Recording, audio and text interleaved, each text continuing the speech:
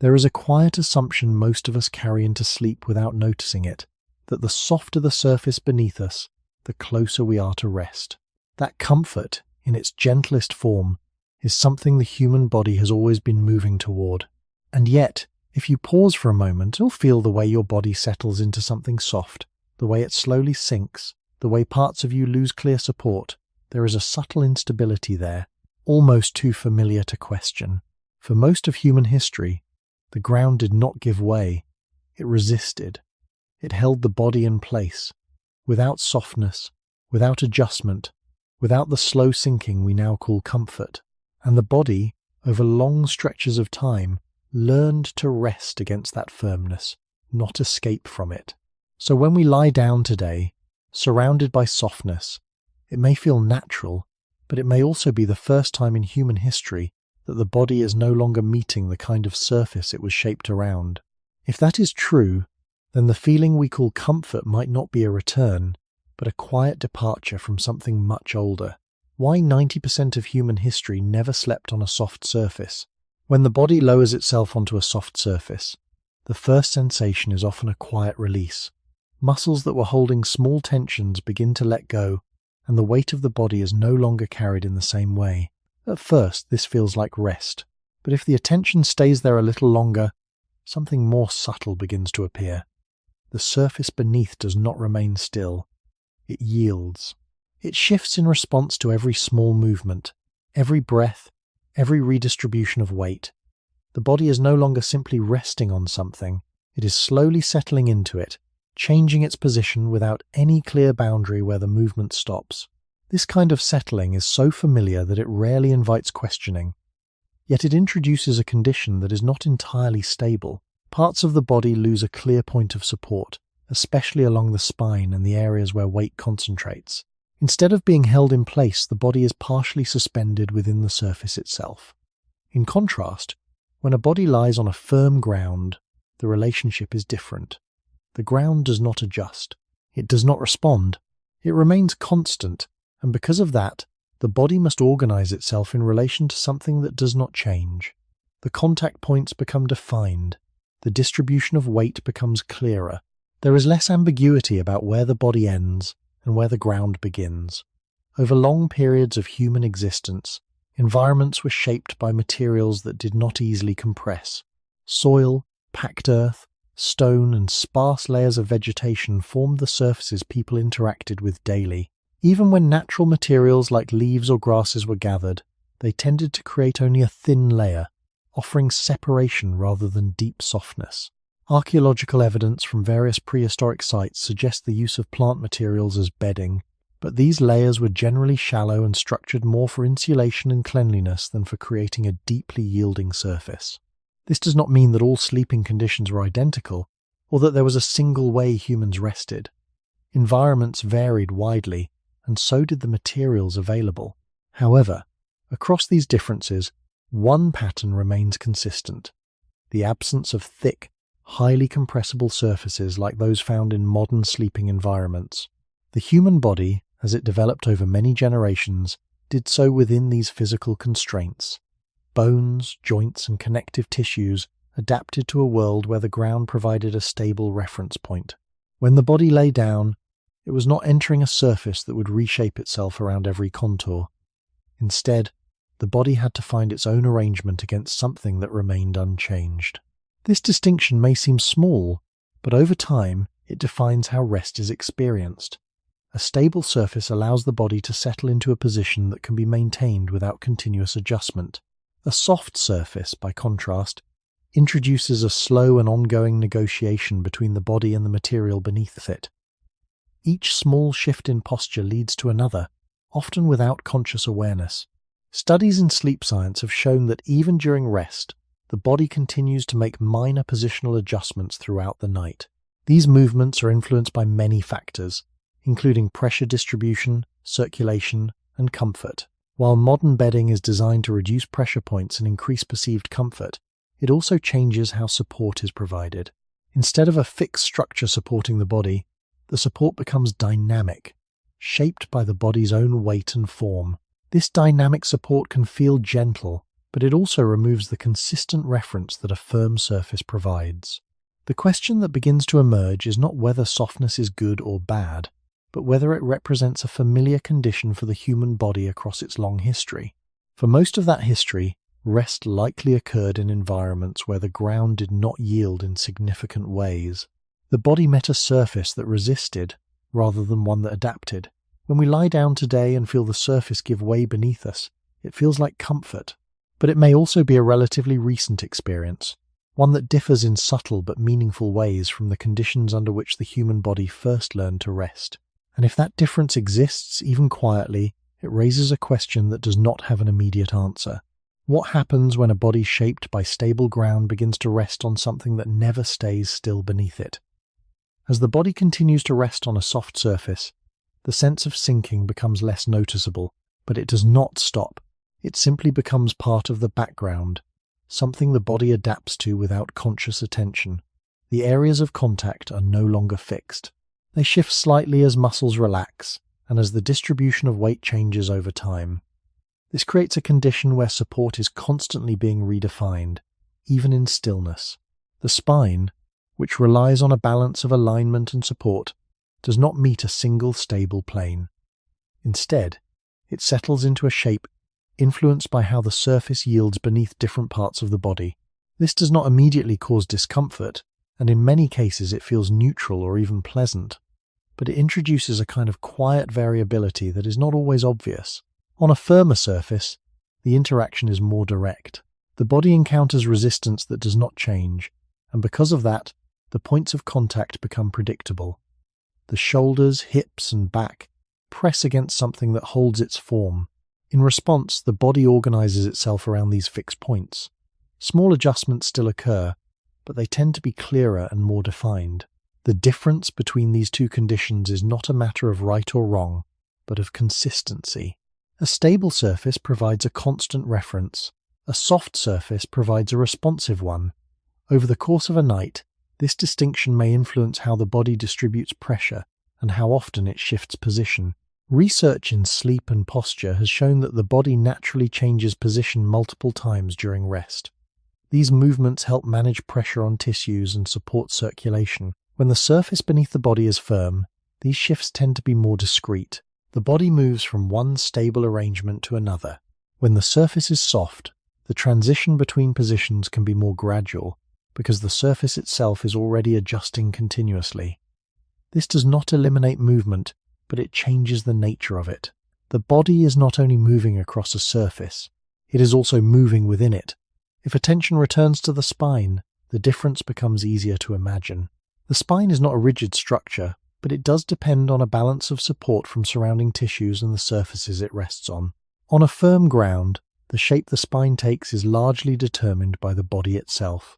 On a softer surface, that shape is influenced by how deeply different parts of the body sink.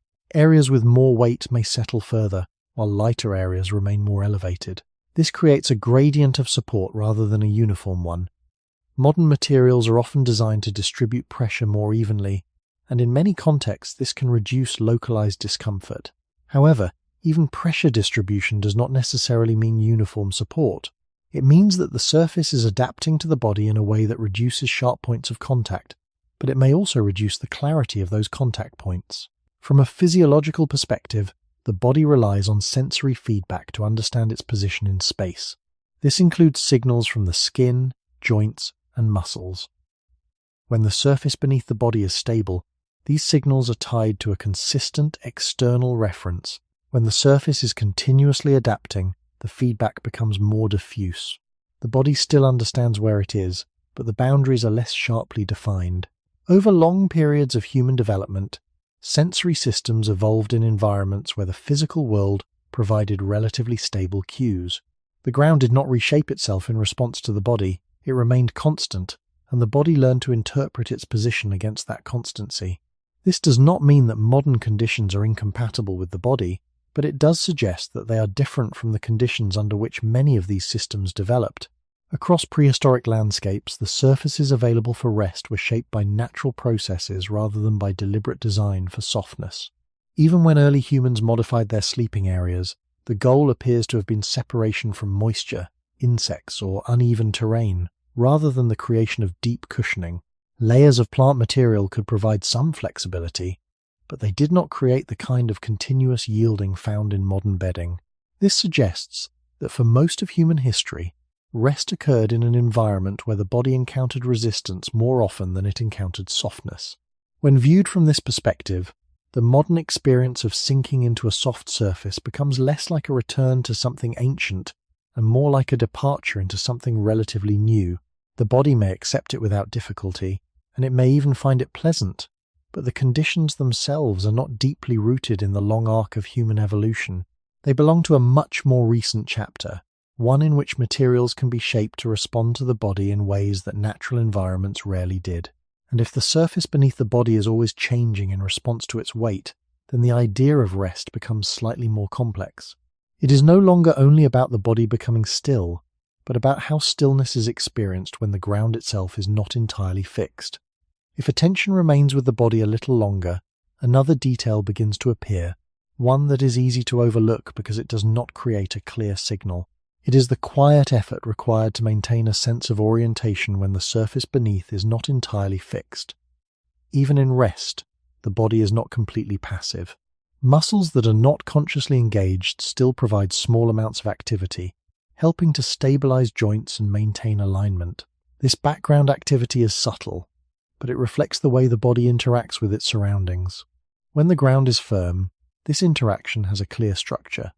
The body meets resistance, and that resistance helps define where the body is in space. The weight settles into recognizable points, and once those points are established, the need for continuous adjustment may be reduced. The body can remain in a position with relatively little change because the surface itself is not introducing new variables. On a softer surface, the situation becomes more fluid. As the body relaxes, the surface continues to adapt, and the distribution of support shifts gradually.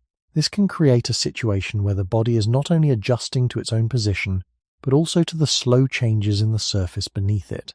The adjustments are small, often too small to notice, but they are ongoing. In sleep research, it is well established that people change position multiple times during the night, even when they are not aware of it. These movements are part of how the body manages pressure and maintains circulation. They also reflect the need to respond to subtle changes in comfort and support. The presence of a soft surface does not eliminate this process. It changes its character. Instead of moving from one clearly defined position to another, the body may pass through a series of gradual transitions, influenced by how the surface yields over time. This does not mean that one type of surface is inherently better for rest. The evidence does not support a single universal conclusion. What can be observed, however, is that the conditions of rest are not the same across different environments. A surface that remains constant provides one kind of experience. A surface that adapts provides another. Over the long span of human existence, the environments in which people slept were shaped by natural materials that tended to resist deep compression.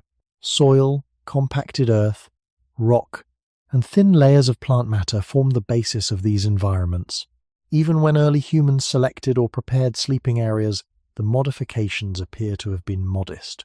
Archaeological findings from sites such as those in southern Africa have revealed layers of plant material arranged for bedding, but these layers were relatively thin and served multiple purposes, including insulation and the reduction of insects.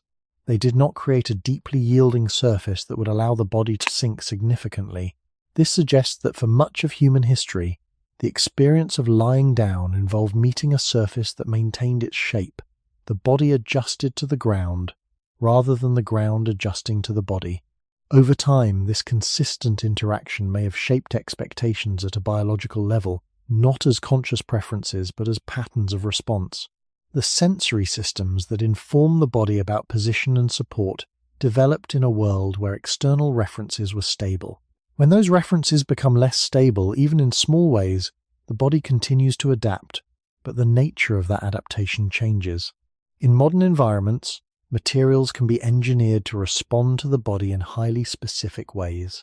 Mattresses, cushions, and layered textiles can compress, redistribute pressure, and return to their original shape. These properties are designed to increase comfort, and in many cases they succeed.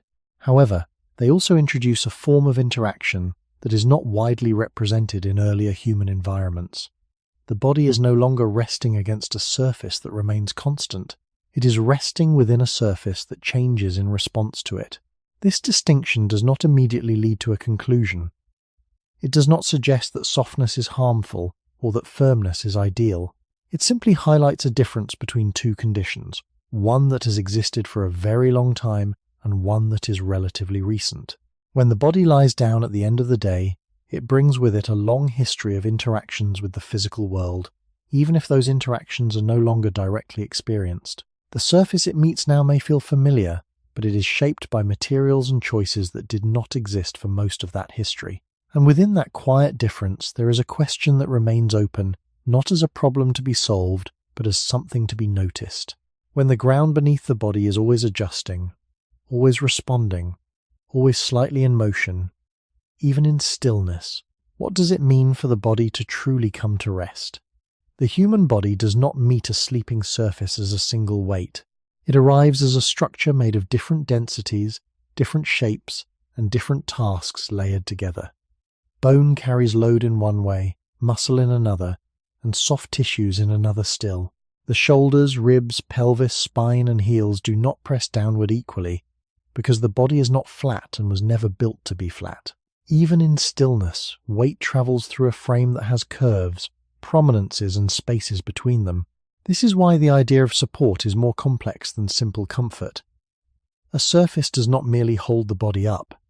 It interacts with the uneven map of the body's form. Some areas receive more pressure because they are closer to the surface or because they carry more mass. Other areas float slightly above the main points of contact. This basic fact becomes especially important when thinking about how human beings rested across long stretches of time. For most of human history, the body was not descending into thick, highly compressible material. It was meeting ground, plant layers, hides, or woven surfaces that may have offered some separation or slight cushioning, but not the deep yielding support that many modern beds provide. Because of that, the relationship between body and surface was likely defined more by contact with stable points than by immersion. The shoulders met resistance. The hips met resistance. The curves of the back existed between these contact zones rather than disappearing into a deeply responsive material. This matters because the body's structure depends on both movement and restraint. Joints are designed to move, but they also rely on surrounding tissues and external support to limit unnecessary strain. The spine, in particular, is not one straight column. It has natural curves, and those curves change slightly depending on posture. When standing, sitting, or lying down, the body is always redistributing force. On a firm surface, those forces are met by something that keeps its own shape. On a softer surface, the external support changes shape in response to the body. That difference alters how force is distributed through the skeleton and the tissues around it. The body can adapt to either condition, but the experience is not the same. In a firm environment, the skeleton must organize itself against stable resistance. In a soft one, support becomes more dependent on how deeply different regions settle. Heavier regions may sink further. Lighter regions may remain less supported unless the material rises to meet them. This can reduce sharp pressure in some places, but it also means the body is no longer simply lying on a surface. It is partially shaping the surface beneath it. From a biological point of view, this is a meaningful shift. Human anatomy evolved in contact with landscapes that were irregular but not deeply compressible. Even when sleeping spaces were prepared, they were usually prepared from available natural materials. Ethnographic observations and archaeological evidence both suggest a wide range of sleeping practices across human societies, but thick softness in the modern sense appears very late. What appears much earlier is adaptation to firmness, variation in posture, and the use of modest materials to improve distance from cold, dampness, dirt, or insects. This means the body's long history of nighttime rest unfolded mostly in contact with surfaces that had boundaries. The ground ended where the body began. The body was not swallowed by the material beneath it. It rested against something that resisted. That resistance would have shaped how the ribs expanded during breathing, how the pelvis settled, how the limbs folded, and how the neck related to the ground. None of this tells us that prehistoric sleep was ideal, or that hardness itself was the goal. It only tells us that the body's underlying structure developed in a world where rest was usually organized around firmness rather than softness. When we return to the present and think again about a modern, soft surface, the contrast becomes clearer. A soft bed often feels kind because it reduces the immediate sharpness of contact. But biologically, it also changes the conversation between body and ground. It turns support into something responsive rather than fixed. And once that happens, the body is no longer only revealing its shape. It is negotiating with a material that keeps answering back, changing under weight, under breath, under time, in ways that the older ground beneath human history rarely did.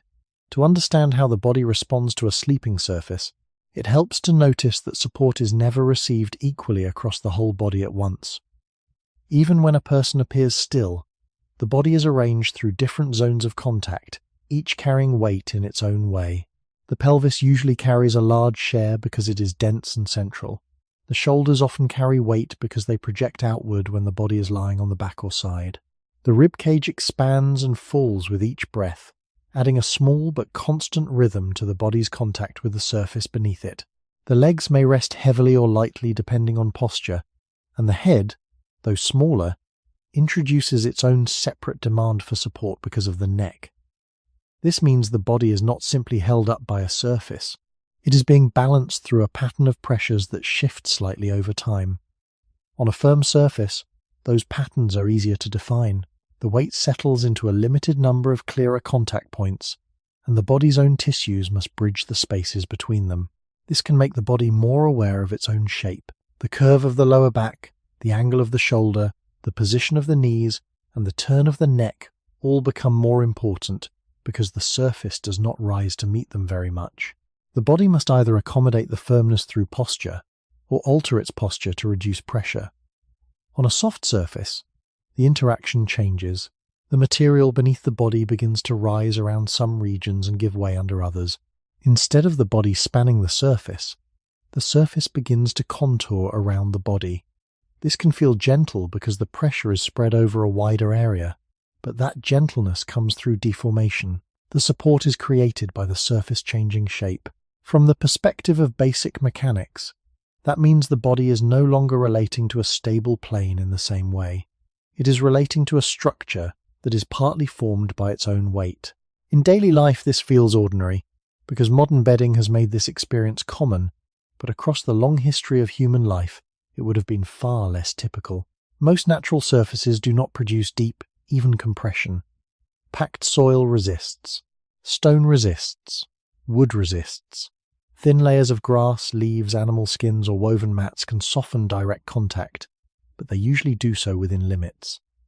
No, they may reduce cold, dampness, or abrasion, yet still leave the body in clear relation to a firm base underneath. Archaeological and ethnographic evidence suggests that humans often modified sleeping places in practical ways, but these modifications were generally modest compared with modern mattresses. A prepared ground surface, a platform, a reed mat, or a layer of plant material could change comfort without fundamentally changing the body's relationship to support. The body still rested near a stable foundation. This matters because human tissues do not only respond to softness or hardness, they respond to predictability. Muscles and joints receive continuous information about position through sensory systems that register stretch, load, pressure, and balance. When the body rests on a firm and consistent base, those signals are organized around something external that remains constant. When the surface beneath it keeps adapting, the signals remain useful, but they describe a changing relationship. The body is not lost, but it is in a more responsive environment. Over a single night, that may simply mean a different pattern of adjustments. Over many generations, however, it reminds us that the body's architecture emerged in conditions where the support beneath it was usually more stable than the support many people now experience. This does not prove that softer modern surfaces are wrong for the human body, and it does not justify a simple rule about what humans should prefer. The evidence is not that narrow. What it does show is that the body's structure, from spine to pelvis to shoulder, was shaped in a material world where sleeping support was usually limited, shallow, and grounded in surfaces that resisted rather than yielded. So when the body lowers itself into softness today, it is still doing what human bodies have always done. distributing weight, protecting joints, adjusting posture, seeking a workable balance.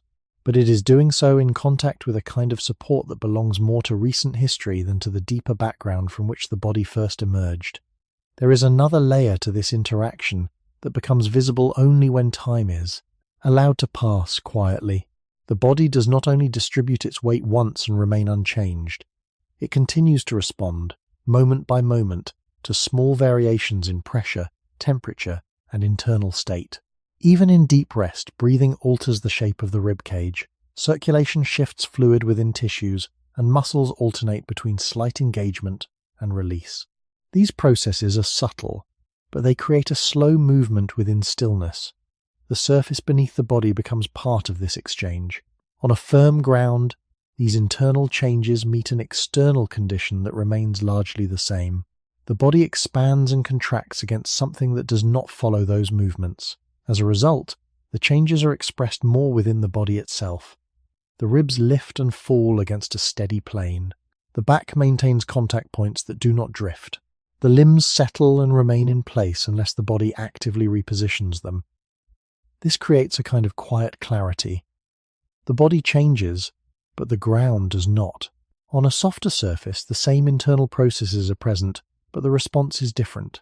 As the chest rises with each breath, the material beneath it may compress and then return.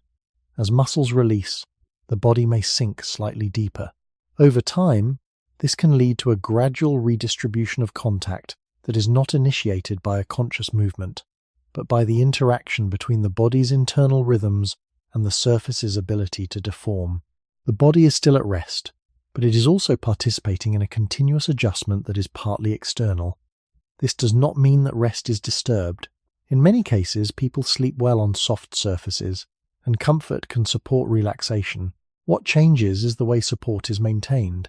Instead of relying on a stable boundary, the body is supported through a shifting interface. This interface can absorb movement, but it can also blur the distinction between where the body is actively positioned and where it is passively settling. From a physiological standpoint, the body's awareness of itself depends on a combination of internal signals and external feedback. Receptors in the skin respond to pressure and touch. Receptors in muscles and joints respond to stretch and position. Together, they provide a continuous sense of orientation. When the external environment is stable, this orientation is anchored to something consistent. When the environment is responsive, the orientation is still present, but it reflects a relationship that is more dynamic. Over long periods of human development, these sensory systems were shaped in environments where the ground did not shift in response to breathing or gradual relaxation. The surfaces people rested on could vary in texture and firmness, but they rarely offered deep, elastic response. Even in settings where plant materials or animal skins were used, the underlying structure remained relatively stable. Ethnographic observations of traditional sleeping arrangements often show thin mats, raised platforms, or simple layers placed over firm ground. These arrangements provide comfort in specific ways, such as insulation or cleanliness, but they do not create the kind of continuous, adaptive support seen in modern materials. This suggests that the human body became accustomed, over many generations, to resting in conditions where change came mostly from within, not from the surface beneath it. When we return to the present, the contrast becomes a quiet question rather than a clear conclusion. The body still carries its long history of interacting with stable ground, but it now encounters surfaces that respond to its smallest changes. The difference is not dramatic in any single moment. It is gentle, gradual, and easy to overlook. Yet it exists, and it shapes how rest unfolds over time. The body settles, breath after breath, minute after minute, into a surface that is also settling around it. And in that shared movement, it becomes harder to separate what belongs to the body and what belongs to the ground. This does not necessarily disrupt rest, but it changes its texture. It turns rest into something that is not only about stillness, but about how stillness is held when the support itself is always slightly in motion. If the body was shaped over long stretches of time by resting against surfaces that remain steady, then the experience of resting within a surface that continually adapts may represent a subtle shift, one that does not demand attention, but quietly invites it. For most of human history, Sleep did not begin in a constructed room filled with controlled softness. It began wherever the land allowed the body to stop for the night. That land could be dry or damp, warm or cold, bare or lightly covered, but in one important respect it was usually similar. It did not yield very much. The earth that supported human rest across deep time was shaped by weather, season, vegetation, and use, not by any intention to match the body's contours.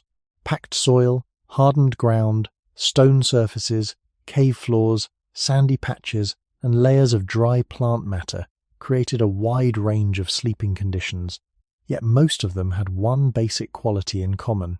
They offered contact, not deep immersion. When early humans and later human groups chose a place to rest, they were likely choosing among available constraints rather than among degrees of softness.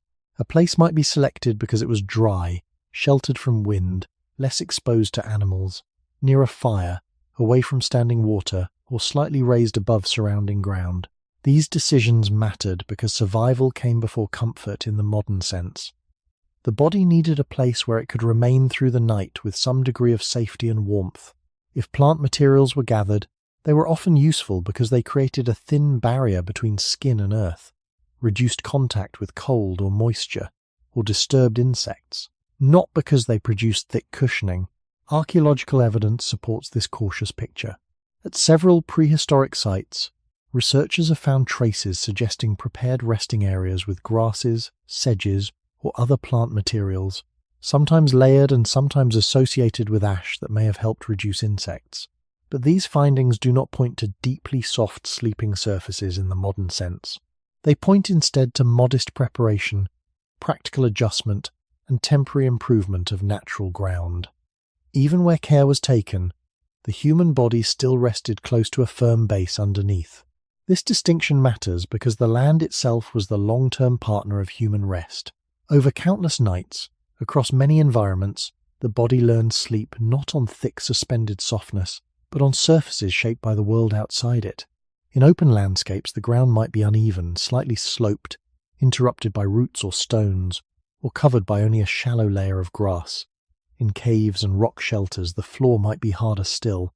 In wooded or wetter environments, leaves and plant matter could collect in thicker layers, but they compressed quickly under body weight and rarely created the kind of stable softness associated with modern mattresses. Even animal hides, when used, were usually thin relative to the materials many people sleep on now. They could protect, insulate, and separate the body from rough texture, but they did not erase the firmness of the surface below. This means that throughout the greater part of human history, sleeping was shaped by a physical world that resisted the body more than it adapted to it.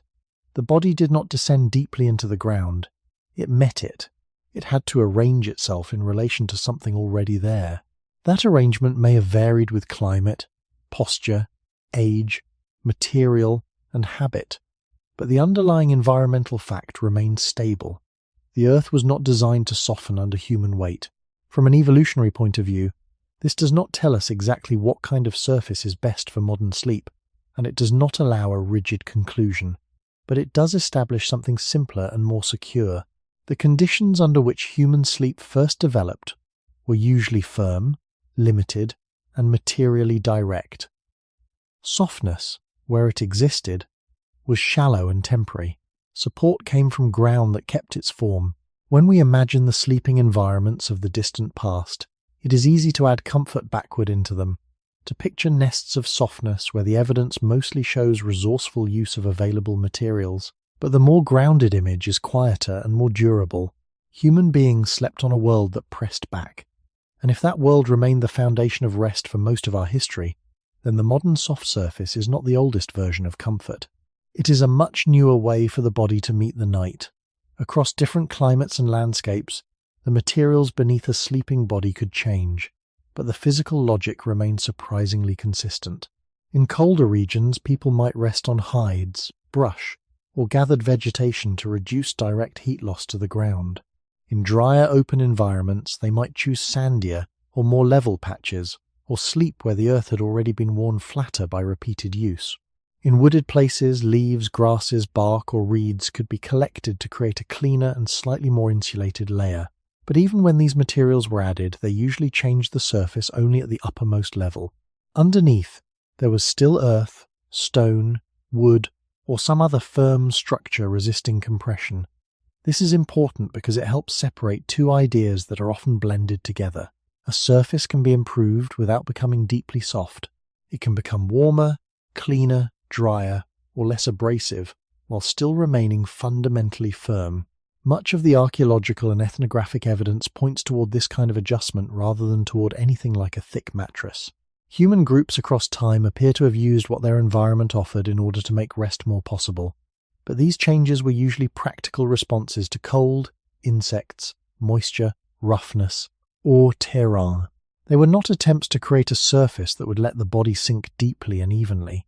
Even in cases where sleeping platforms or raised areas were used, the purpose often related to protection from dampness, pests, flood risk, or ground irregularity. Wood, woven fibers, mats, and hides could create a more livable sleeping place, but they still tended to preserve a clear boundary between the body and the support beneath it. The body rested above a structure, not inside a deforming material. That distinction helps explain why the idea of softness, as many people know it now, belongs mostly to a later period in human history. Traditional sleeping arrangements described in many societies include mats, low platforms, layered textiles, or simple bedding placed over a hard base. These forms of rest could certainly feel more comfortable than bare ground, but they usually remained shallow in their response to body weight. The body still had to accommodate the surface. The surface did not transform itself around the body to any great degree.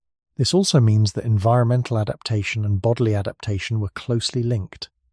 The human body did not only evolve in relation to food, climate, and movement.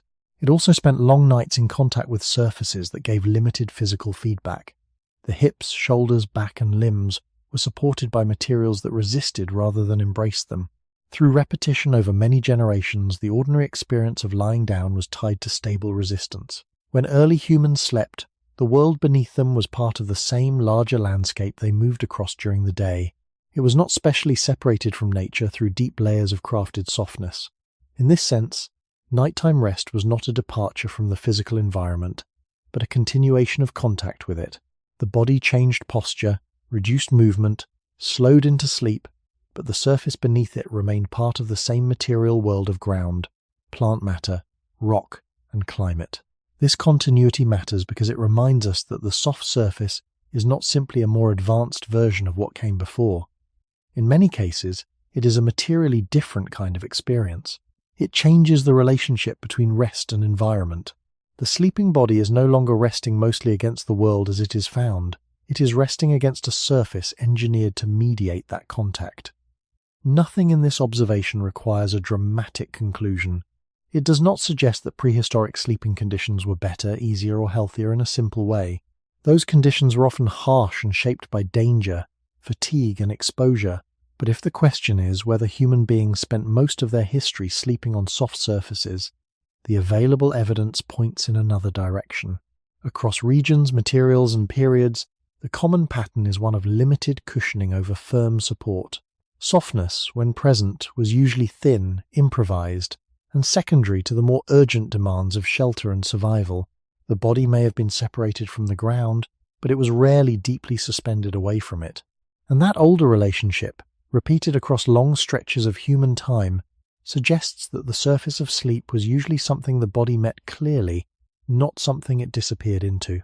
When the human story is viewed over a very long span, one of the quietest but most consistent realities is that the ground was almost always present at the edge of sleep.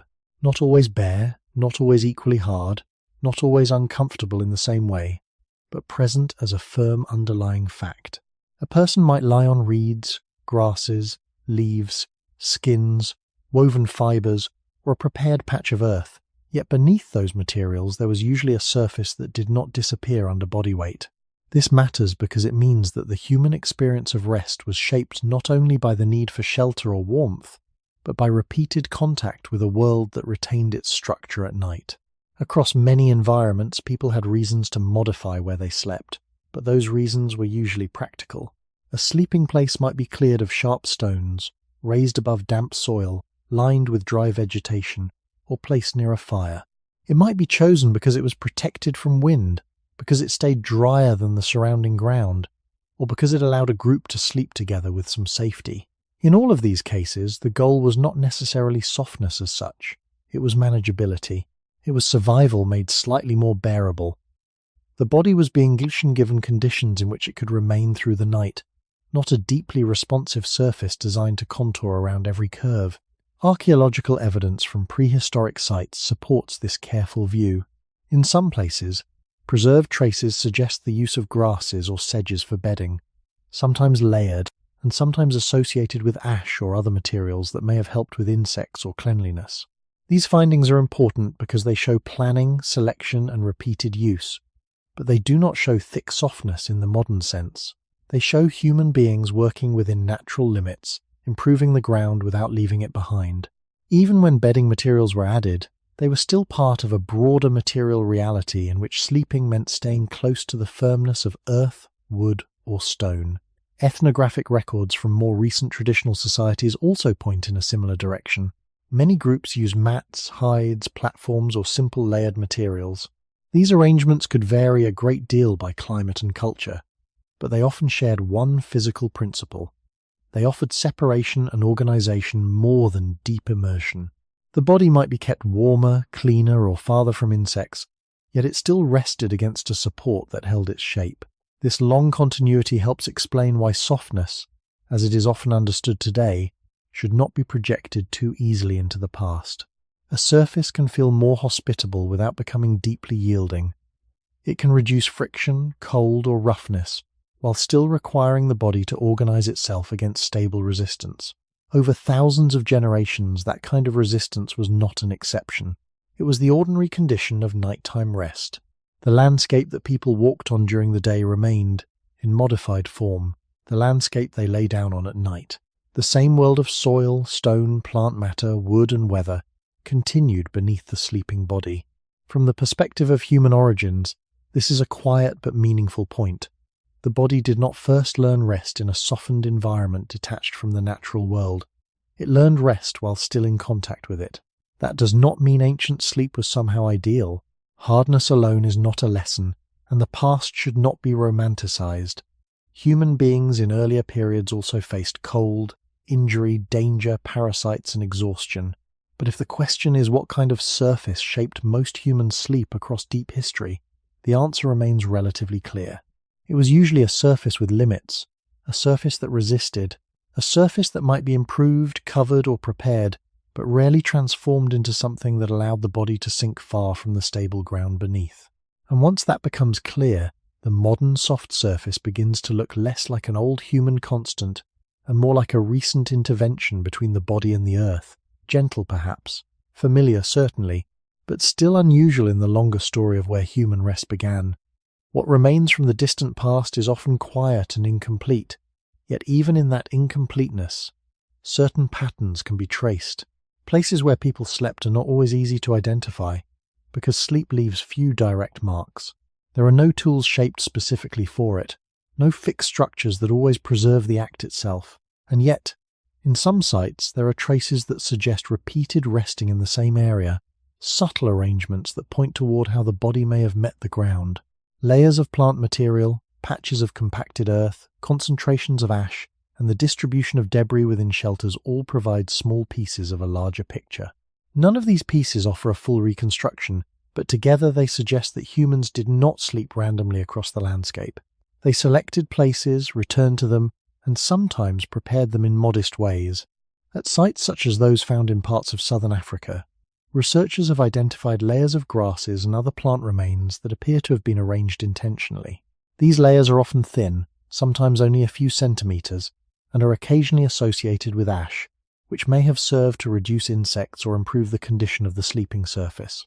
The presence of such materials indicates awareness and planning. It suggests that people recognized the difference between lying directly on bare ground and lying on something that provided a degree of separation. But it also shows the limits of that separation. These plant layers did not create deep cushioning. They formed a boundary, a light buffer between body and earth, not a thick medium into which the body could sink. In other regions, cave and rock shelter sites reveal areas where the ground appears to have been used repeatedly. sometimes becoming more compacted over time. Compaction is not a direct sign of sleep alone, but when it appears in sheltered areas alongside hearths or other signs of habitation, it supports the idea that these spaces were used for resting. A compacted surface is, by its nature, firm. It reflects repeated pressure rather than softness. The more a place is used, the more it tends to resist change under weight. This suggests that some sleeping areas may have become even firmer through continued use, reinforcing a stable relationship between body and ground.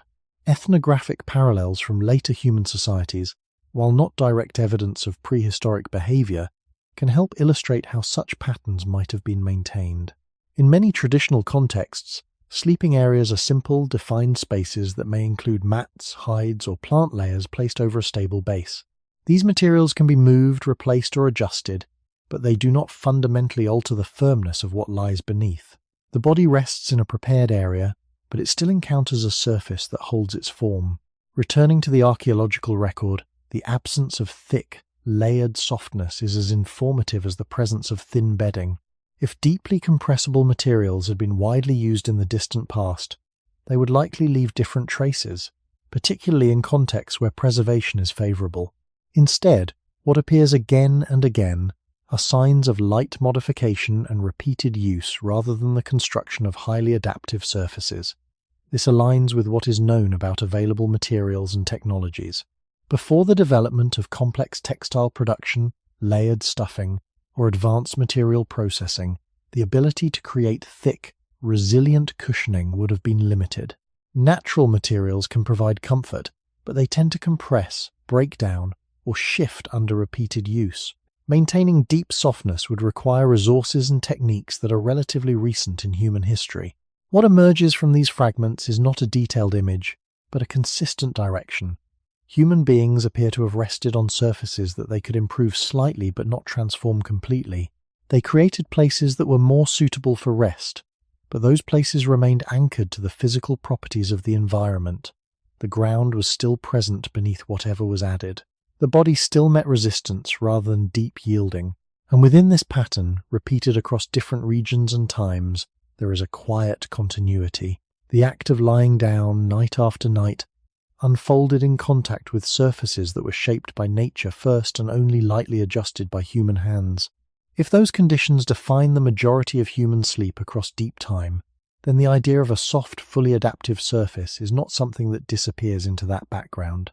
It stands apart from it as a later development that changes not only how the body feels at rest, but how it meets the world beneath it. As the scattered traces of past sleeping places are brought together, another pattern becomes visible, one that is less about what was added to the ground and more about how space itself was organized around rest. In many archaeological sites, areas associated with sleeping are not marked by thick layers of material, but by their position in relation to other elements of daily life. They appear near hearths, slightly removed from pathways, sometimes grouped in ways that suggest repeated use by more than one person. These patterns do not tell us exactly how soft the ground felt, but they do show that sleep was situated within a structured environment where the body returned to the same kinds of surfaces again and again. This repetition matters because it reinforces the idea of continuity. The body was not encountering a completely new surface each night. It was returning to familiar ground that had already been pressed, cleared, or lightly prepared. Over time, such places could become more even, more compact, and more predictable under weight. A patch of earth used repeatedly for resting would tend to flatten and stabilize, not soften. This gradual shaping of space suggests that the experience of lying down was tied to surfaces that became increasingly consistent, not increasingly yielding. In some contexts, there is also evidence of deliberate maintenance. Ash layers, for example, appear in certain sleeping areas and may have served practical purposes such as reducing insects or keeping the ground drier. Ash does not create softness in the sense of deep cushioning. It creates a fine, granular layer that can alter texture and surface conditions.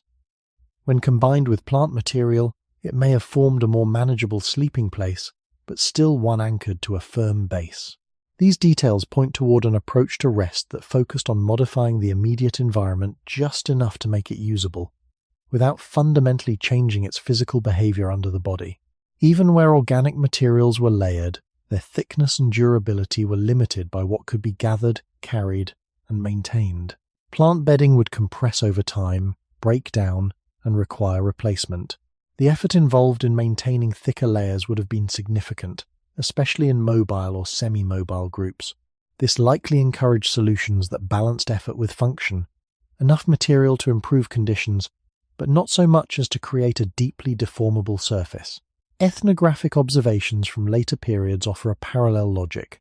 In many societies, sleeping areas are refreshed regularly, mats are replaced, and bedding is adjusted, but the underlying structure remains relatively stable. The goal is not to create a surface that continually reshapes itself under the body, but to keep the sleeping place clean, dry, and suitable for rest within the limits of available materials. The body still meets a boundary that does not move very far.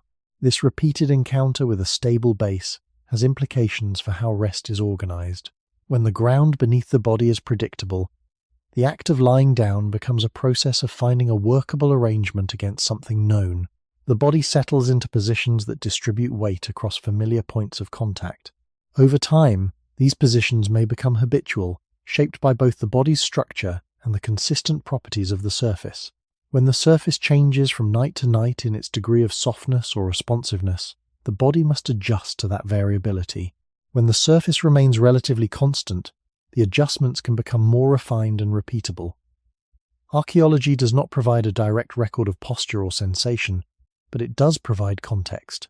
It shows that humans created places to sleep, returned to them, and maintained them within certain limits. Those limits appear to have been defined more by practical concerns than by the pursuit of softness as an end in itself. The sleeping ground was improved, but it remained ground. It did not become something entirely different in its physical relationship to the body. This suggests that the long-term experience of human rest was shaped within a narrow range of material conditions. There was variation, but within boundaries. Softness, in the sense of deep, continuous yielding, was not a dominant feature of those conditions. Instead, the body encountered surfaces that were modified at the surface level but anchored in firmness below. And when that pattern is considered alongside the earlier observations about how the body distributes weight and responds to support, it becomes easier to see that the environment of sleep was not only about shelter or location, it was also about the kind of physical feedback the body received from the world beneath it, night after night, across generations.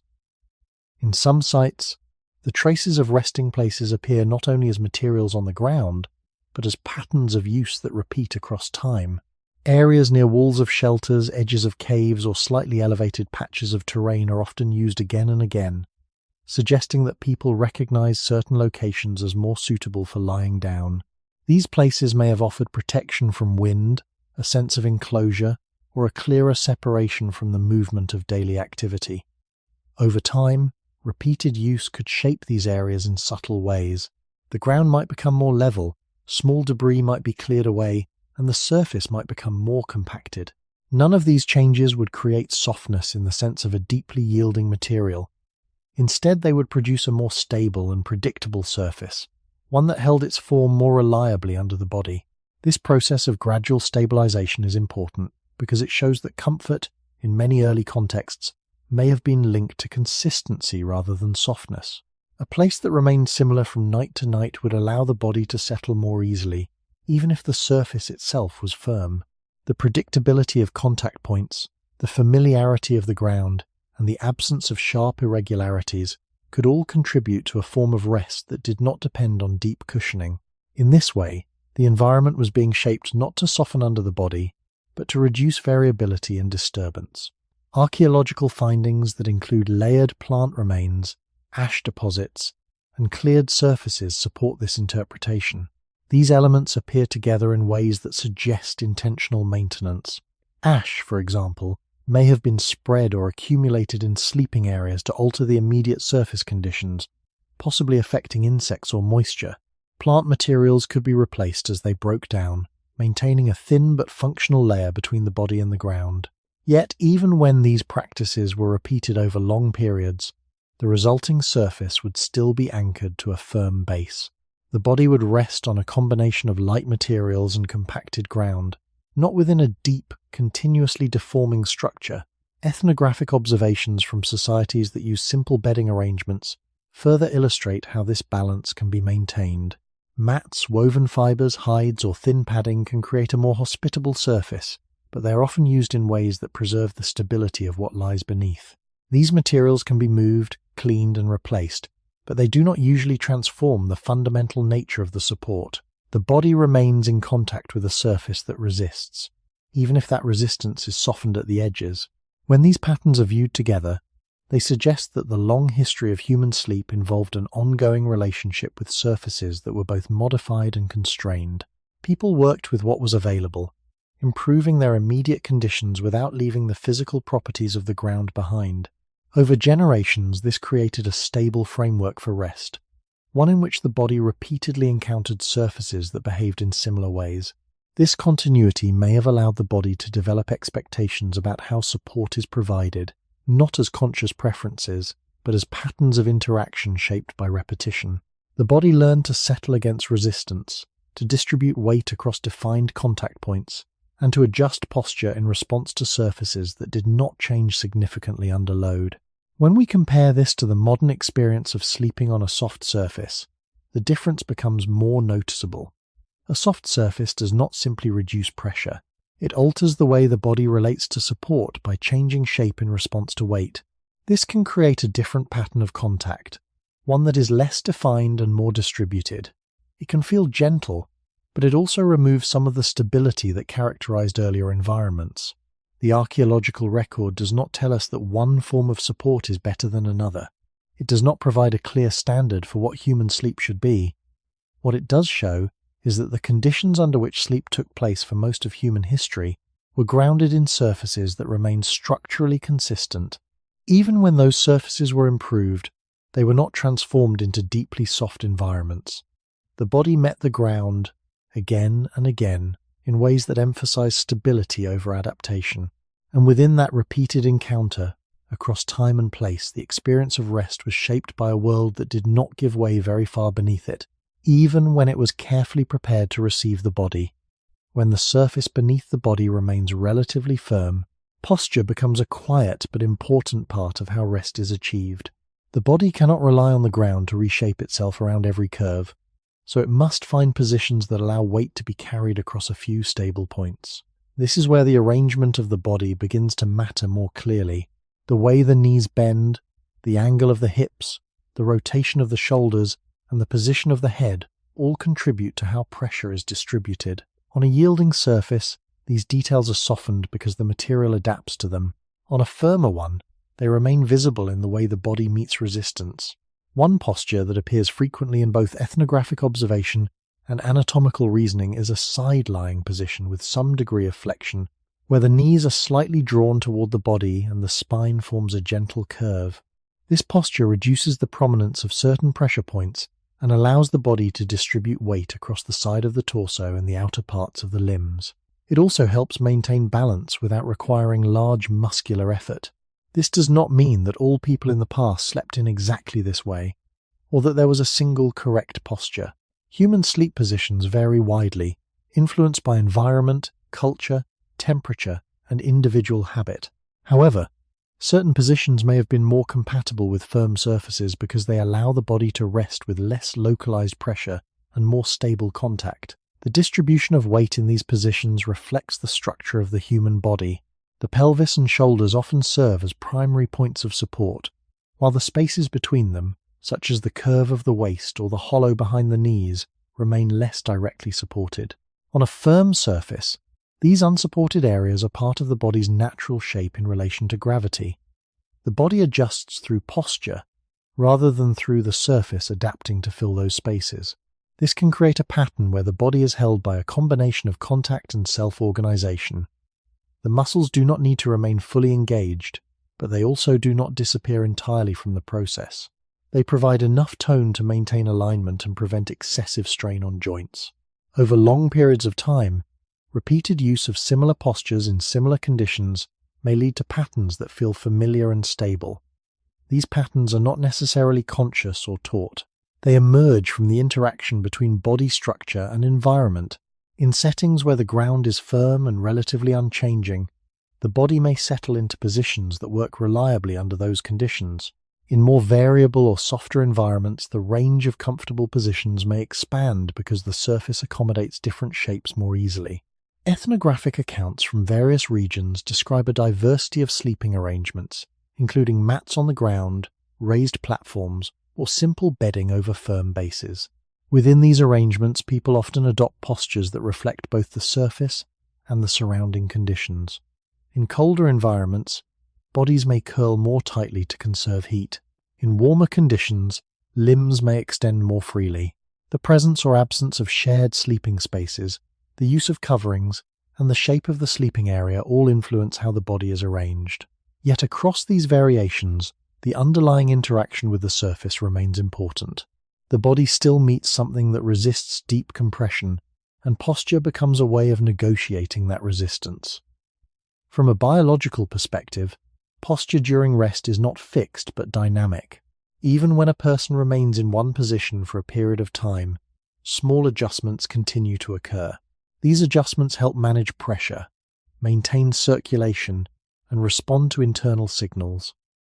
On a firm surface, these changes may be more noticeable because each shift creates a clear change in contact. On a soft surface, the transitions may be more gradual because the material absorbs some of the movement. This does not eliminate the need for adjustment, but it alters how it is experienced. When the body lies down in a modern context, surrounded by materials designed to adapt to its shape, the posture may feel less critical. The surface supports a wider range of positions without creating sharp pressure points. But if we return to the longer history of human rest, posture likely played a more active role. The body had to find ways of arranging itself against a surface that did not change very much. That process, repeated over many nights and across many generations, would have shaped how rest was organized, not through explicit instruction, but through the quiet alignment of body and ground. And in that alignment, the absence of deep softness did not prevent rest. It simply meant that rest depended more on how the body positioned itself in relation to something that remained firm beneath it. When people rest close to one another on a firm surface, posture is shaped not only by the body itself, but also by the presence of other bodies nearby. For much of human history, sleep was often social before it was private. People likely rested in shared spaces, near kin, near fire, within shelters, or in places where proximity increased safety, warmth, and practical coordination. In such settings, the body could not simply spread out without limit. It had to fit within a sleeping space that was structured by the needs of the group. This makes posture even more important, because the arrangement of one body affected the arrangement of another. A firm ground encourages this kind of spatial awareness. Since the surface does not absorb the body deeply, each person occupies a more clearly defined outline. The shoulders, hips, knees, and feet create visible and physical boundaries. When several people lie down near one another, these boundaries help organize the space. Bodies can align side by side, curve toward warmth, or orient in similar directions without disappearing into a shared soft surface. This kind of arrangement is easier to imagine on mats, hides, or prepared earth than on thick bedding, because the surface remains structurally consistent across the group. Everyone is resting on the same stable base. Ethnographic observations from traditional societies show that shared sleeping remains common in many human settings, especially where resources, climate, or household structure encourage co-sleeping. The exact arrangements vary, and they should not be projected backward too rigidly into prehistory, but they do help clarify a basic principle. When sleep happens in proximity to others, posture is influenced by heat, available space, habit, and the need to remain settled without disturbing the group too much. On firm surfaces, this often favors positions that are compact, balanced, and easy to maintain. A slightly flexed side-lying posture, for example, reduces the horizontal space the body occupies while also creating a stable distribution of weight. It also allows people to rest near each other without requiring wide separation between limbs and torso. This matters in cold environments as well. Shared warmth has long been important to human survival, and bodies resting together can reduce heat loss. A more compact posture supports this logic. Knees drawn slightly upward, arms kept closer to the trunk, and the spine gently curved all help reduce exposed surface area. Again, this is not a universal rule, and people also sleep on their backs, stomachs, or in more extended positions depending on conditions. But when sleeping on a firm surface, close to others, in an environment where space and warmth matter, compactness can become part of how rest is organized. The surface itself reinforces this because it does not offer much help in stabilizing an extended or asymmetrical posture. The body must create its own stability through alignment. Another effect of sleeping in groups on firm ground is that movement becomes more consequential. On a soft modern mattress, one person's shifting weight may be partially absorbed by the material, especially with newer designs. On a firm communal surface, movement is transmitted more directly. A change in position may disturb a nearby sleeper through contact, sound, or shared coverings. This could encourage postures that are easier to hold and easier to return to after brief adjustments. It may also help explain why sleeping areas in many traditional settings are organized with a degree of order rather than looseness. Bodies are arranged in ways that make continued rest more possible for the group, not just for the individual. From the perspective of human history, this adds another layer to the question of softness. The sleeping body was often not alone, and the surface beneath it was often not a private zone built for individual contouring. It was part of a shared human environment where firmness, proximity, and posture all work together. The body did not only settle against the ground, it settled among others who were also relying on the same ground. This suggests that the physical experience of sleep was shaped by social as well as material realities. Rest was not simply about finding a comfortable surface. It was about finding a workable position within a shared space, on a stable base, under conditions where the body's outline remained clear and the ground beneath everyone stayed firm. In that older context, posture was not just a response to pressure. It was also a quiet form of coordination between the body, the surface, and the nearby presence of other human beings. When a sleeping surface remains firm and shared, the body learns not only how to settle, but how to settle within limits. These limits may come from space, temperature, nearby sleepers, or from the simple fact that the ground does not reshape itself to solve awkward positions. In such conditions, rest depends on a quiet agreement between posture and environment. The body cannot rely on deep softness to absorb imbalance, so it often returns to positions that are easier to hold, easier to repeat, and easier to recover after small movements. Over time, this can create a pattern in which sleep is guided less by the search for maximum softness and more by the search for stable arrangement. This helps explain why posture is not a small detail in the older history of human rest. It is part of the basic structure of how the body made sleep possible on surfaces that resisted it. If the hips settle unevenly, the rest of the body must respond. If one shoulder bears more pressure, the neck and spine must adapt. If the knees are placed in a way that leaves the lower back without balance, the body may shift again. On a firm surface, these relationships are direct. The body feels them clearly because the support beneath it does not hide them. This clarity does not always mean comfort in the modern sense, but it does mean that the body receives definite information about its position. A stable surface tells the body where it is by refusing to change very much. In that setting, posture becomes a way of reducing strain through arrangement rather than through immersion. The body folds, turns, bends, and settles until it finds a shape that can be sustained. This is one reason a slightly curled posture appears again and again in human rest. It is compact, balanced, and compatible with firm support. It shortens the body's outline, keeps limbs within a manageable range, and allows weight to be carried through the side of the torso, the hips, and the legs without requiring the surface to contour deeply around them. Such a posture is also flexible. It can tighten in cold conditions, loosen in warmth, and adjust to the presence of other bodies nearby. It is not the only human sleeping posture, but it fits well within the material realities that shaped much of human history. This matters because it shows that the body was not waiting for softness in order to rest. It was developing ways to rest under firmer conditions by organizing itself more carefully.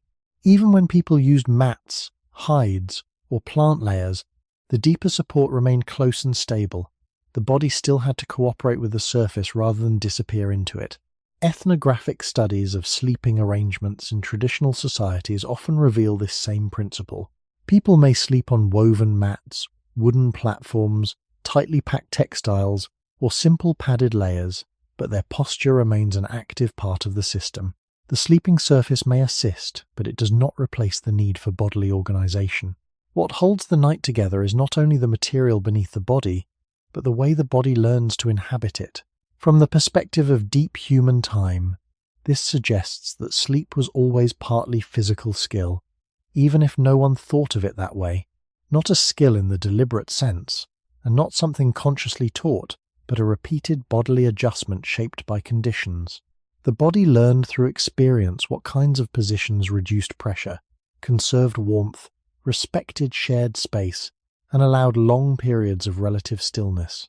These patterns were likely reinforced across generations, not because people understood them scientifically, but because the same kinds of surfaces and the same kinds of constraints kept returning. In a modern soft bed, some of this work is transferred to the material. The bed adapts, cushions, and redistributes contact in ways that reduce the need for precise posture. That can feel easier, and often it is. But it also means that the older relationship between posture and support becomes less visible. The body is still making adjustments, but the surface now solves part of the problem by yielding.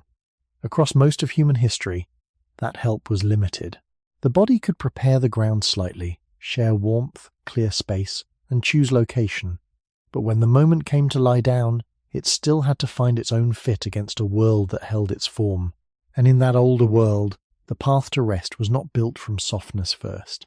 It was built from alignment, repetition, and the quiet intelligence of a body learning how to sleep on something that stayed firm beneath it. When the body rests on the ground, it is not only meeting a surface that supports weight, it is also entering into a quiet exchange of heat. Every sleeping surface has a temperature, and every material transfers heat in its own way. The human body produces warmth continuously, and during rest, that warmth spreads outward, passing into the surface beneath it and the air around it. This process is steady and largely unnoticed, yet it plays a central role in how sleep unfolds. On a firm, natural surface such as soil or stone, heat transfer tends to follow predictable patterns. These materials can absorb warmth from the body, especially if they are cooler than the skin. At the same time, they do not wrap around the body in a way that traps heat deeply. Instead, they create a balance where some warmth is retained close to the body through coverings or nearby materials, while some is conducted away into the ground. This exchange can feel different depending on conditions. In a cold environment, the ground may draw heat away more quickly, making insulation important. In a warmer setting, that same ability to absorb heat can help prevent overheating. The key point is that the surface remains relatively stable in how it interacts with temperature.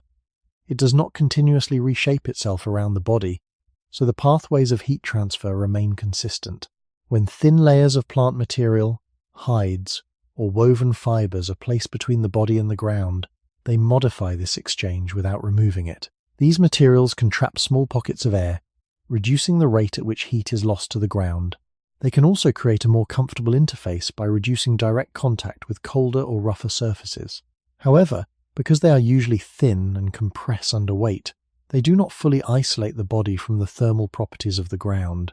The body still experiences a relationship with a surface that absorbs and releases heat in a relatively stable way. Across many human environments, this balance between heat retention and heat loss would have been part of nightly rest. People may have adjusted their sleeping places to manage temperature, choosing dry ground, adding layers, or positioning themselves near fire or shelter.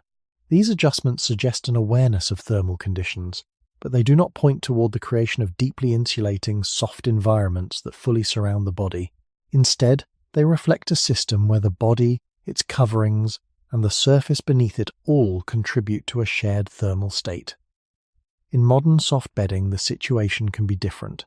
Thick, compressible materials can surround parts of the body more closely, reducing airflow and trapping heat more effectively. This can feel warm and protective, especially in cooler conditions, but it also changes how heat is distributed and released. The body may retain more of its own warmth, and the pathways for heat to move away from the body can become less direct. This does not make modern bedding inherently better or worse, but it does represent a shift in how the body interacts with its environment during rest. From a biological perspective, human sleep is influenced by temperature regulation. The body's internal systems adjust throughout the night, and maintaining a stable internal temperature is part of how sleep is supported. The surfaces and materials surrounding the body can either assist or complicate this process, depending on how they manage heat. Over long stretches of human history, the materials available for sleep would have tended to create moderate, balanced conditions rather than strongly insulating ones. The body would lose some heat to the ground, retain some through coverings or proximity to others, and remain in a dynamic but relatively stable thermal exchange with its surroundings. This suggests that the experience of lying down was not only about weight and posture, but also about temperature flowing quietly between body and earth. The ground was not just a support, it was part of a larger system that influenced how the body cooled, warmed, and maintained balance through the night. And because that ground did not change its shape very much under the body, its thermal behavior remained steady as well. The body could come to rest knowing that the surface beneath it would not suddenly alter how it absorbed or released heat. In that sense, the firmness of the surface and its thermal consistency were connected.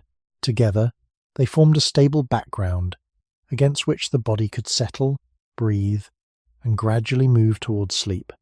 As the night deepens, the body's relationship with temperature becomes more delicate. Internal processes shift in a gradual way, and the body tends to move toward a slightly cooler state as sleep unfolds. This change is not dramatic, but it is consistent enough to be observed across many studies of human sleep. The surface beneath the body participates in this process, not actively, but through the way it allows heat to move. On a firm ground, especially one that is not heavily insulated, there is a steady pathway for warmth to pass from the body into the environment. This does not mean that the body simply loses heat without limit. It means that the exchange is continuous and relatively predictable. The ground does not close around the body, and it does not trap heat in the same way that thick, soft materials can. Instead, it creates a quiet balance where warmth is shared with the surroundings over time. When people in earlier environments adjusted their sleeping places, they often did so with this balance in mind, even if they did not describe it in those terms. A layer of dry vegetation, a hide, or a woven mat could slow the loss of heat to the ground without eliminating it. Sleeping near a fire could add warmth from above or from the side. Positioning the body in a certain way, or resting close to others, could also influence how heat was retained. These adjustments suggest that temperature was managed through a combination of environment, material, and posture, rather than through deep insulation alone. The surface beneath the body remained part of an open system, one that allowed heat to move in and out rather than holding it in place. In a modern context, thick and highly compressible materials can change this pattern. When a surface surrounds the body more completely, it can reduce the rate at which heat is transferred away. This can create a warmer, immediate environment, which many people experience as comfortable, especially at the beginning of rest. But over time, the same property can also lead to a different thermal experience, where heat is retained more strongly and released more slowly. The body may respond to this by adjusting position, uncovering certain areas, or shifting in ways that help restore a sense of balance. These movements are part of normal sleep behavior, but the conditions that prompt them can vary depending on how heat is managed by the surrounding materials. Scientific observations of sleep often note that temperature regulation is closely tied to sleep onset and maintenance. The body's ability to lose heat gradually appears to support the transition into sleep. When the environment allows for a steady exchange, this process can unfold without sharp changes. When the environment holds heat more tightly, the body may need to rely more on movement or other adjustments to maintain comfort. This does not imply that one type of surface is universally better, but it does highlight that different materials create different thermal conditions, and those conditions interact with the body's natural rhythms. Over the long span of human history, the materials available for sleep would have tended to support a moderate and ongoing exchange of heat rather than strong insulation. Even in colder regions, where more layers might be used, those layers were often limited in thickness and subject to compression. The body remained in contact, directly or indirectly, with a surface that could absorb warmth and release it into the broader environment. This created a form of thermal stability that depended on flow rather than containment. When the body lay down, it entered into a relationship not only with a surface that held its weight, but with a surface that participated in regulating its temperature in a steady and predictable way. This suggests that the experience of rest was shaped by more than just comfort in the immediate sense. It was also shaped by how the body could gradually settle into a state where temperature, posture, and environment were in quiet alignment. The firmness of the ground did not only define how the body was supported, it also defined how heat moved, how warmth was shared, and how the body maintained balance through the long, slow hours of the night. As the night moves forward, the body does not remain in a single thermal state. It passes through gradual shifts, sometimes becoming slightly cooler, sometimes adjusting in response to the surrounding environment.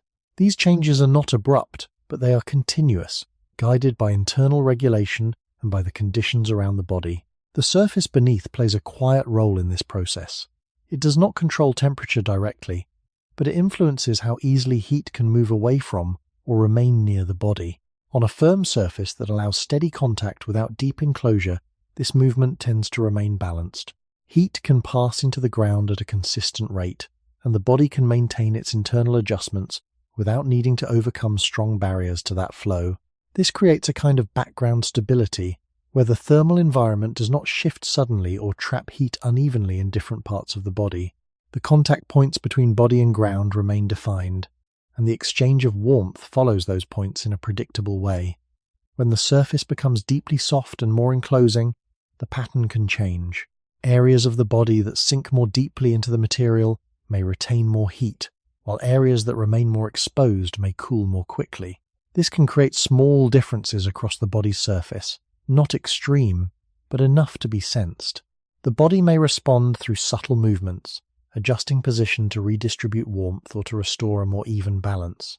These movements are part of normal sleep, but they reflect the ongoing interaction between the body's internal regulation and the external conditions created by the surface. In earlier human environments, the materials available for sleep rarely created strong enclosure around the body. Even when layers were used, they were often thin, compressible, and limited in their ability to trap heat uniformly. The body remained in contact with a surface that did not surround it deeply, allowing warmth to move outward in a relatively even manner. This does not mean that people did not seek warmth. They did, through fire, through coverings, and through proximity to others. But the structure of the sleeping surface itself usually did not create a highly insulated pocket around the body. Instead, warmth was managed through a combination of factors that remained open to the environment. This open exchange may have supported a more gradual alignment between the body's internal temperature rhythms and the external conditions. The body could cool or warm in response to its surroundings without being tightly enclosed. The surface beneath it provided support and participated in heat transfer, but it did not dominate the thermal experience. It remained part of a larger system that included air, coverings, nearby bodies, and the broader environment. When the body lay down on such a surface, it entered a state where temperature changes were shared across these elements rather than concentrated within a single layer of material. This perspective helps place modern sleeping conditions into a wider context. A soft, insulating surface can provide comfort by reducing immediate cold or by holding warmth close to the body. But it also creates a more contained environment, where heat is managed within the material itself rather than exchanged freely with the surroundings. The body can adapt to this, as it adapts to many conditions, but the experience is different from one in which the ground remains a stable and open partner in the regulation of temperature. Over the long course of human history, rest appears to have been shaped within this more open system. The body lay down on surfaces that supported it without enclosing it deeply, and heat moved between body and environment in a steady, ongoing way. The firmness of the ground and the continuity of thermal exchange were part of the same condition. Together, they formed a setting in which the body could settle into sleep without being fully separated from the physical properties of the world around it. And within that setting, the meaning of comfort may have been tied less to how much the surface could hold the body, and more to how smoothly the body could remain in balance with the environment through the quiet passage of the night. If the story of human rest is followed forward in time, there comes a point where the materials beneath the body begin to change more noticeably. This change does not happen all at once, and it does not appear in the same way in every place. It unfolds gradually as new ways of making, storing, and shaping materials become part of daily life. Plant fibers can be woven more tightly, animal products can be processed and layered, Later, textiles become more complex, and household objects begin to include items specifically intended for rest. These developments are tied not only to comfort, but to broader changes in how people live, build, and remain in one place. As human groups become more settled in certain regions, the space of sleep becomes more defined.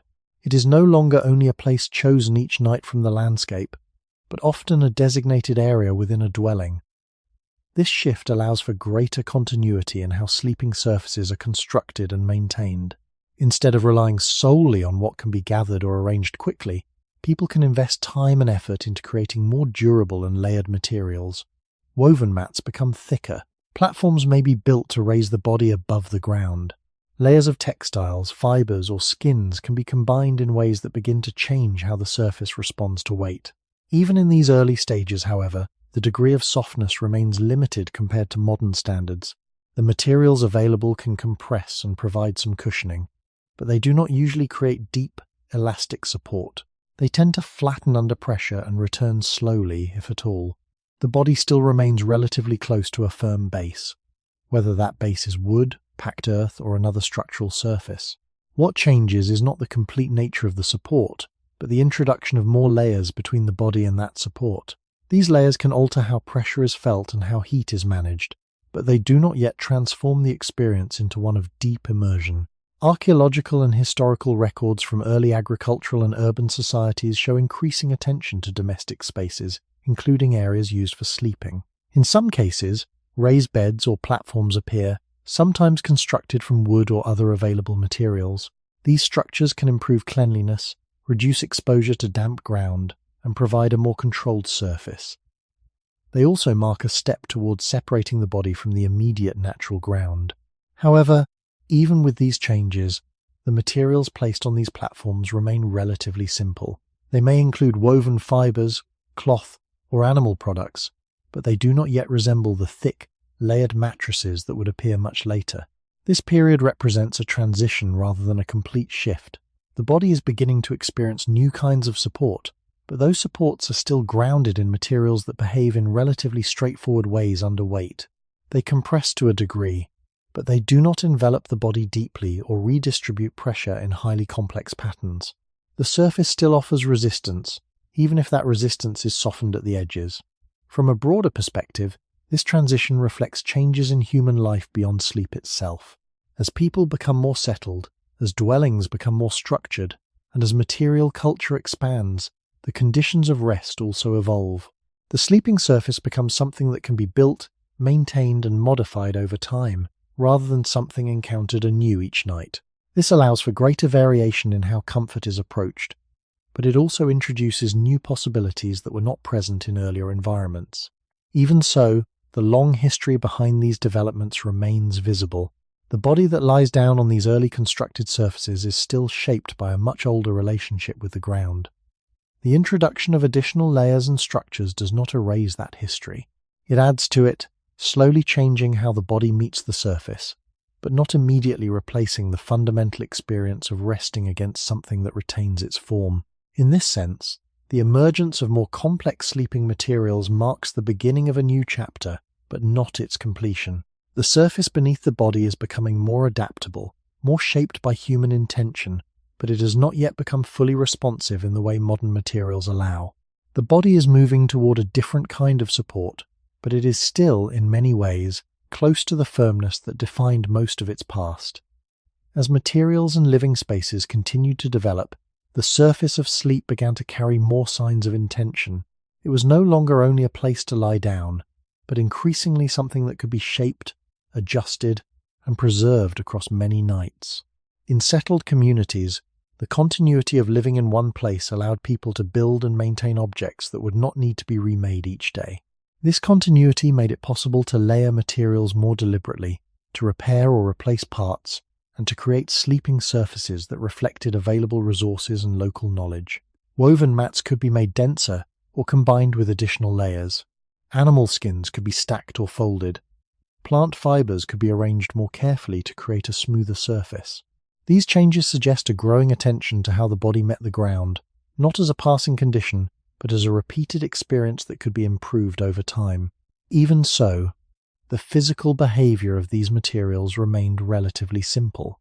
They could soften the immediate contact between body and base, but they still depended on structures beneath them that did not yield deeply. A mat placed on a wooden platform or on compacted earth might feel different from bare ground, but it would still reflect the firmness of what supported it. The materials above could compress and shift, but they did not create a continuous, elastic response that would allow the body to sink and be held evenly from all sides. This suggests that the transition towards softer surfaces was gradual and limited by both material properties and practical considerations.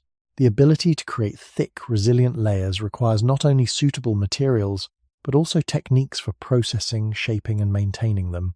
In earlier periods, these techniques were developing, but they had not yet produced the kinds of structures that define modern bedding. Instead, the sleeping surface remained a combination of layers that improved comfort without fundamentally changing the relationship between body and support. Historical records from later periods, including early written accounts and preserved artifacts, begin to show more variation in how people approach sleeping arrangements. In some regions, elevated beds appear, sometimes with simple frames and coverings. In others, people continue to sleep on mats or layered textiles placed directly on the ground. These differences reflect cultural practices, climate, and available materials, but they also share a common limitation. The materials involved tend to compress under weight and do not return quickly to their original shape. They offer cushioning, but not the kind of deep, responsive support that modern materials provide. This period can be understood as one in which the idea of comfort is expanding, but still closely tied to practical realities. A sleeping surface might be made softer, cleaner, or more protective, but it is still constrained by what can be produced and maintained within a given environment. The body, in turn, continues to interact with surfaces that are partly shaped by human effort and partly defined by underlying firmness. The distinction between body and ground remains clear, even if it is moderated by layers in between.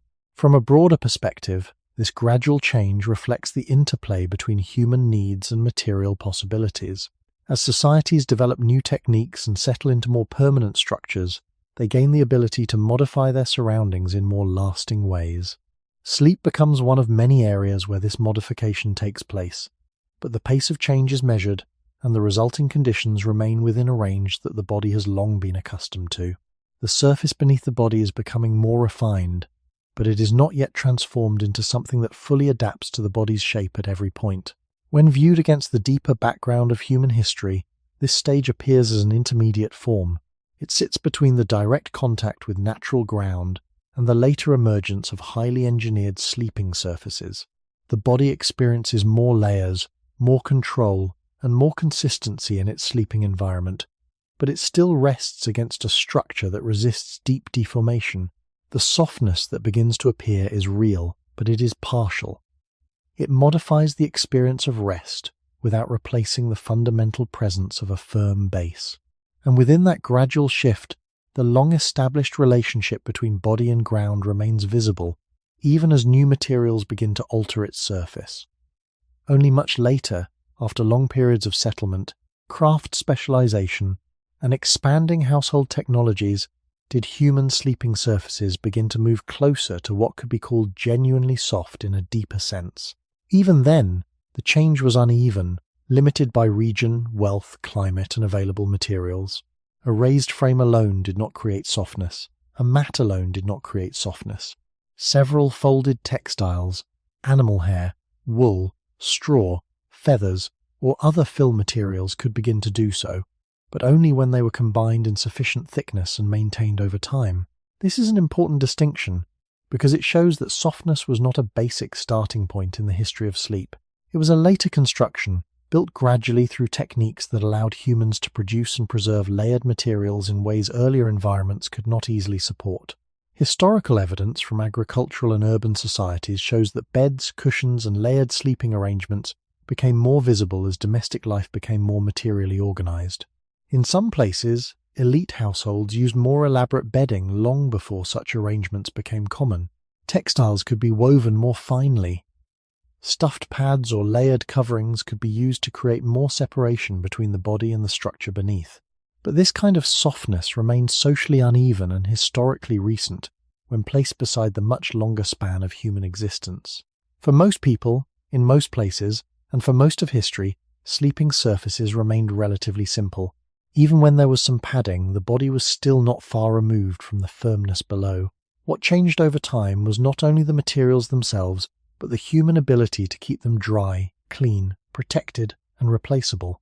Thick padded surfaces are difficult to maintain without stable indoor environments, storage, and repeated labor. They collect moisture, wear down under pressure, and require resources to renew. That means deep softness does not emerge fully until daily life can support the ongoing care of such materials. In earlier periods, even when people wanted more comfort, practical limits often pulled them back toward thinner and firmer solutions. The sleeping surface had to be manageable as well as tolerable. It had to survive regular use, local climate, insects, dirt, and scarcity of labor or materials. This is one reason the deeper history of human rest remains tied to stable support rather than thick cushioning. From the point of view of the body, this later emergence of softness represents a meaningful shift. For a very long time, the body met surfaces that were modified but not deeply adaptive. Then, step by step, some humans began to sleep on surfaces with greater thickness, more layered texture, and more capacity to deform under weight. This did not happen because the human body suddenly changed. It happened because the material world around the body changed. New ways of making and maintaining bedding altered the contact between body and ground. The body that had long rested against resistant surfaces now had access, in some settings, to surfaces that gave way more noticeably. That shift belongs far more to cultural and technological history than to deep evolutionary time. This helps answer the title without turning it into an absolute claim. The point is not that no one ever slept on anything soft before the modern era, because some softness clearly existed in the form of grasses, hides, layered cloth, wool, or other natural materials. The point is that deeply soft, consistently maintained, body-contouring sleep surfaces were not the ordinary condition across the vast majority of human history. They were late, partial, and often limited to specific contexts. What dominated the longer human story was a narrower range of support. Ground, platform, mat, hide, fiber, and other materials that softened contact without replacing the stable base beneath them. When viewed this way, the modern soft sleeping surface stops looking timeless. It becomes easier to see it as a relatively new layer placed between the body and the older world that shaped it. The surface now answers the body more than the earth once did. It receives weight differently, holds heat differently, and changes shape in ways that earlier sleeping materials usually could not. And because this transformation came late, slowly, and unevenly, it stands not as the original human condition of rest, but as a recent experiment in how far the body can be separated from the firmness that accompanied it through most of its past. When a modern body lies down on a soft surface, it enters a sleeping environment that is familiar in daily life, but unusual in the longer history of the species. The experience feels ordinary because it has been repeated so often, yet the body's response is not as simple as immediate comfort. At first there is release. The surface accepts weight, reduces sharper points of pressure, and creates the sense that the body is being received rather than resisted.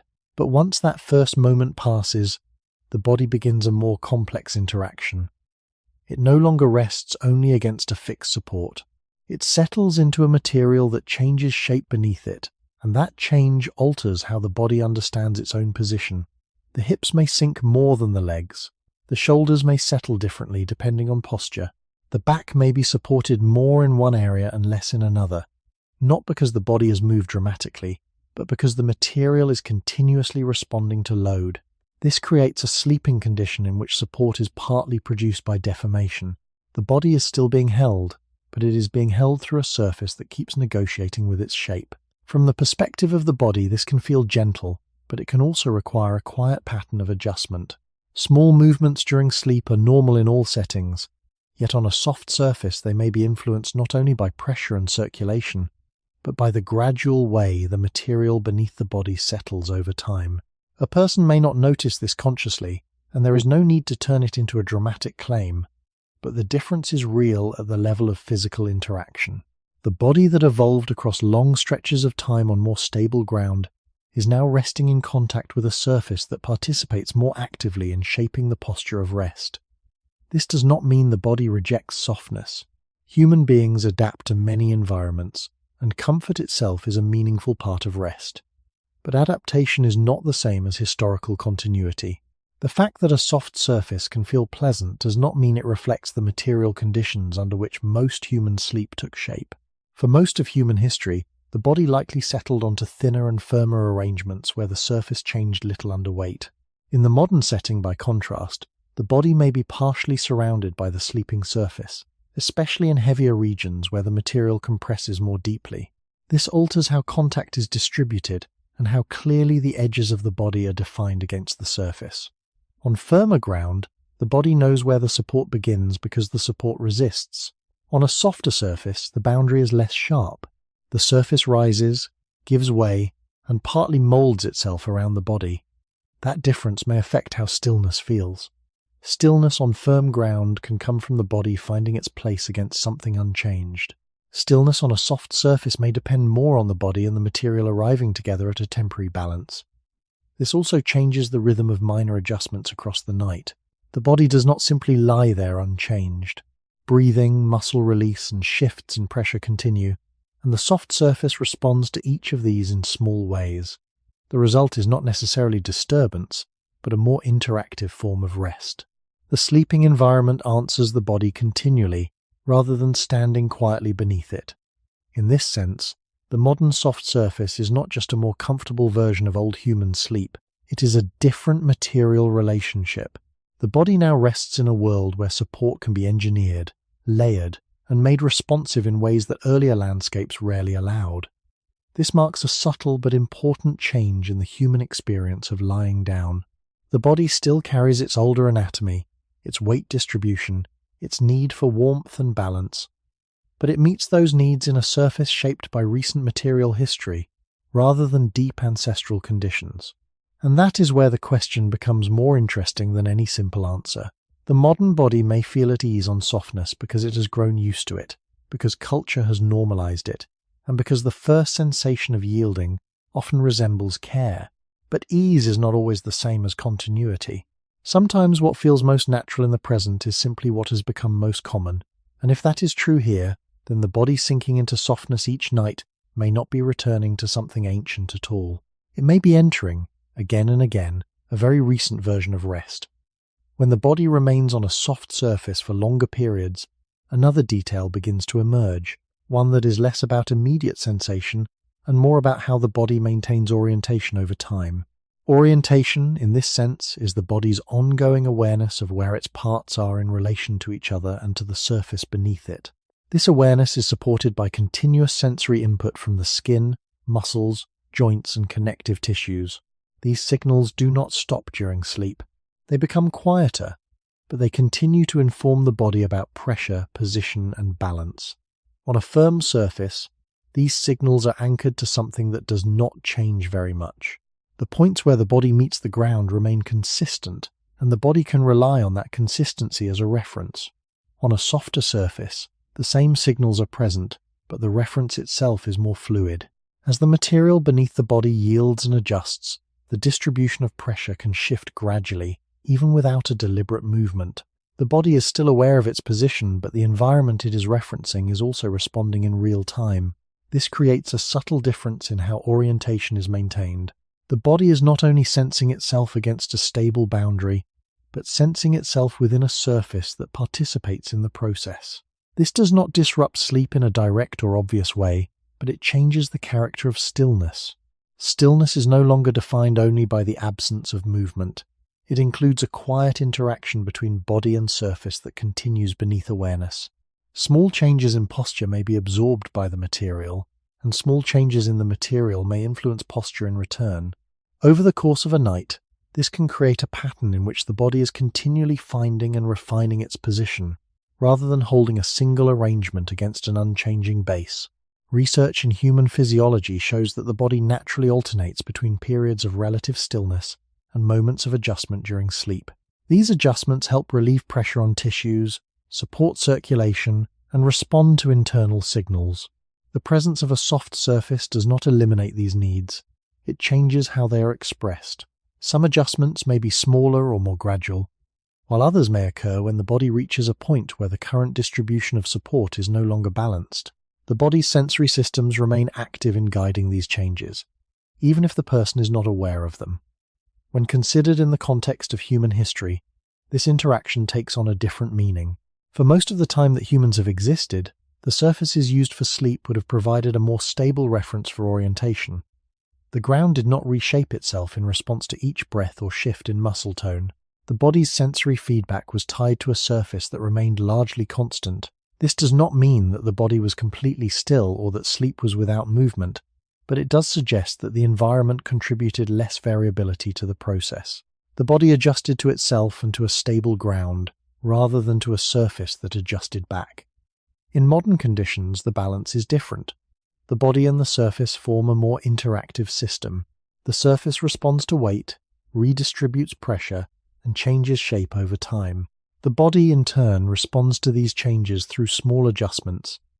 This interaction can be comfortable, and for many people it supports rest in practical ways. But it also introduces a layer of variability that was less prominent in earlier environments. The body is no longer only maintaining orientation against a fixed background. It is maintaining orientation within a relationship that is constantly evolving, even in subtle ways. This does not lead to a simple conclusion about what the body prefers or what is ideal. The evidence does not support a single answer that applies to all people in all conditions. What it does show is that the experience of rest has changed in a specific way. The modern sleeping surface does not simply support the body.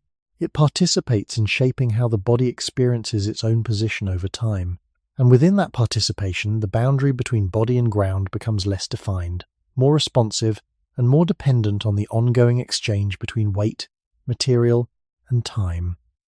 There is also a quieter change that appears when the modern body spends night after night on surfaces designed to soften nearly every point of contact. Over time, softness can begin to feel less like one possible condition of rest and more like the background assumption against which all other surfaces are judged. A firm surface then feels unusual, sometimes even wrong, not necessarily because the body cannot rest there, but because expectation has shifted. This is important because the body does not experience sleep through biology alone. It experiences sleep through habit, repetition, and the material world it returns to, again and again. When a certain kind of support becomes normal in daily life, the body may begin to anticipate it. Muscles release into familiar conditions. Posture is chosen within familiar limits. Small movements across the night occur within an environment the body has learned to expect. In that sense, modern softness is not only a material reality, it is also a learned environment. The body adapts to it, and once that adaptation becomes routine, other forms of support may feel less intuitive, even if they resemble the conditions that shaped much of earlier human rest. This does not mean that the body has forgotten its longer history. Human anatomy has not been remade in a few generations to match recent bedding technologies. The spine still carries weight through curves and joints that formed in much older conditions. The pelvis still settles under gravity in the same general way. The shoulders still project, the rib cage still rises and falls, and the body still changes position through the night in order to manage pressure and circulation. What has changed more quickly is the environment around these older structures. The surface beneath the body now adapts more readily, cushions more deeply, and often separates the sleeper from the direct physical clarity of stable ground. This creates an interesting tension between history and habit. The body itself comes from a long lineage shaped mostly by firmer contact with the world, while the daily experience of many modern sleepers is shaped by materials that soften, contour, and absorb. Neither side of this tension needs to be exaggerated. Human beings are flexible, and cultural environments often change faster than biology, but the difference remains worth noticing. It suggests that when a person says a soft surface feels natural, that feeling may be partly biological and partly historical in a much shorter sense. It may arise not only from the structure of the body, but from repeated exposure to a recent kind of support. This is one reason the question in the title stays open rather than closing into a simple judgment. The fact that most human history unfolded without deeply soft sleeping surfaces does not automatically mean that softness is harmful, unnatural, or mistaken. It means something narrower and more stable. It means that the ordinary conditions of human rest across the greater part of our past involved thinner materials, firmer support, and clearer boundaries between body and ground. The modern body now lives in a different material setting, one where softness is more available, more durable, and more expected than it once was. That shift may change not only how the body is supported, but how it interprets support. A yielding surface may come to feel like the definition of rest simply because it has become familiar. And yet familiarity is not the same as deep ancestry. When the body lies down today and disappears slightly into softness, it is taking part in a recent chapter of human material life, not stepping back into the oldest conditions from which sleep first emerged. For most of human history, rest was organized around resistance, light separation from the ground, practical shelter, shared warmth, and the body's own ability to find a workable posture on surfaces that stayed structurally clear beneath it. The modern soft surface changes that relationship. It offers another way to rest, one that many people welcome, but one that belongs more to the recent history of craft, domestic life, and manufactured materials than to the deeper environmental background of the species. And once that becomes visible, the familiar act of lying down begins to feel slightly different. The softness beneath the body is no longer just comfort. It is also evidence that the world the body sleeps in now is not the same world that taught most humans, for most of their history, how to meet the night. When people describe a surface as comfortable, the meaning of that word often begins with an immediate sensation. The body lies down, pressure feels reduced at certain points, and there is a sense of being gently supported. This first impression is clear and direct, and it carries weight in how we judge our sleeping environment. But comfort, in this immediate sense, is only one layer of a larger experience. There is also the question of how the body continues to interact with that surface over time, through the slow passage of the night, through changes in posture, temperature, and internal state. These two layers do not always align perfectly. A surface that feels comfortable at the moment of contact may behave differently as the body remains on it for hours. This difference does not imply that one experience is correct and the other is mistaken. It suggests that comfort is not a single, fixed quality. It is a process that unfolds. On a soft surface, the initial reduction of pressure can create a sense of ease. The body is not meeting sharp resistance, and weight is distributed across a wider area. This can feel calming, especially after a day of activity. However, as time passes, the same softness may allow certain parts of the body to settle more deeply than others. The distribution of support can change gradually, influenced by how the material responds to weight and how the body itself shifts in response. The body continues to adapt, often through small adjustments that occur without awareness. On a firmer surface, the experience may begin differently. The points of contact are clearer, and the body may need a brief period to find a stable arrangement. Once that arrangement is found, however, the surface tends to remain consistent. The body can rely on the fact that the support beneath it will not change significantly unless the body itself moves. This creates a different kind of continuity. The experience of comfort may be less immediate, but it may also be more stable over time because the external conditions remain predictable. From a physiological perspective, the body is always balancing multiple factors during rest. Pressure on tissues, circulation, muscle tone, joint alignment, and temperature all play a role in how sleep is maintained. No single surface can optimize all of these factors perfectly in every situation. Instead, different surfaces create different patterns of trade-offs. A soft surface may reduce localized pressure but introduce variability in support. A firm surface may provide stable support but concentrate pressure in certain areas. The body responds to both by adjusting posture, shifting position, and modulating muscle activity throughout the night. When viewed across the long history of human sleep, this balance between immediate sensation and sustained interaction becomes more meaningful. For most of that history, the materials available did not provide deep, continuous softness. Comfort, in the modern sense of sinking into a highly adaptive surface, was not widely accessible. Instead, rest was organized around conditions that allowed the body to function within certain limits. Thin layers, firm bases, shared warmth, and practiced postures created an environment where comfort was achieved through a combination of factors rather than through softness alone. This suggests that the human experience of comfort has always been shaped by context. It is not a fixed standard that exists independently of environment. It changes as materials change, as habits change, and as expectations evolve. What feels comfortable now may reflect both the body's responses and the conditions it has become used to. When those conditions shift, the meaning of comfort can shift with them. The distinction between what feels comfortable at first contact and what remains supportive over time is part of this broader picture. It does not lead to a simple conclusion about which surface is better, but it helps clarify why the question of softness is more complex than it appears. A soft surface may offer an immediate sense of ease, while a firmer surface may offer a different kind of consistency. The body navigates both through ongoing adjustment, shaped by both its biological structure and the material environment in which it rests. And within that navigation, the idea of comfort becomes something that unfolds slowly, not something that can be defined in a single moment when the body first lies down. There is a quiet difference between what feels pleasant in the first moment and what remains workable over the longer stretch of the night. The body is often quick to recognize immediate relief.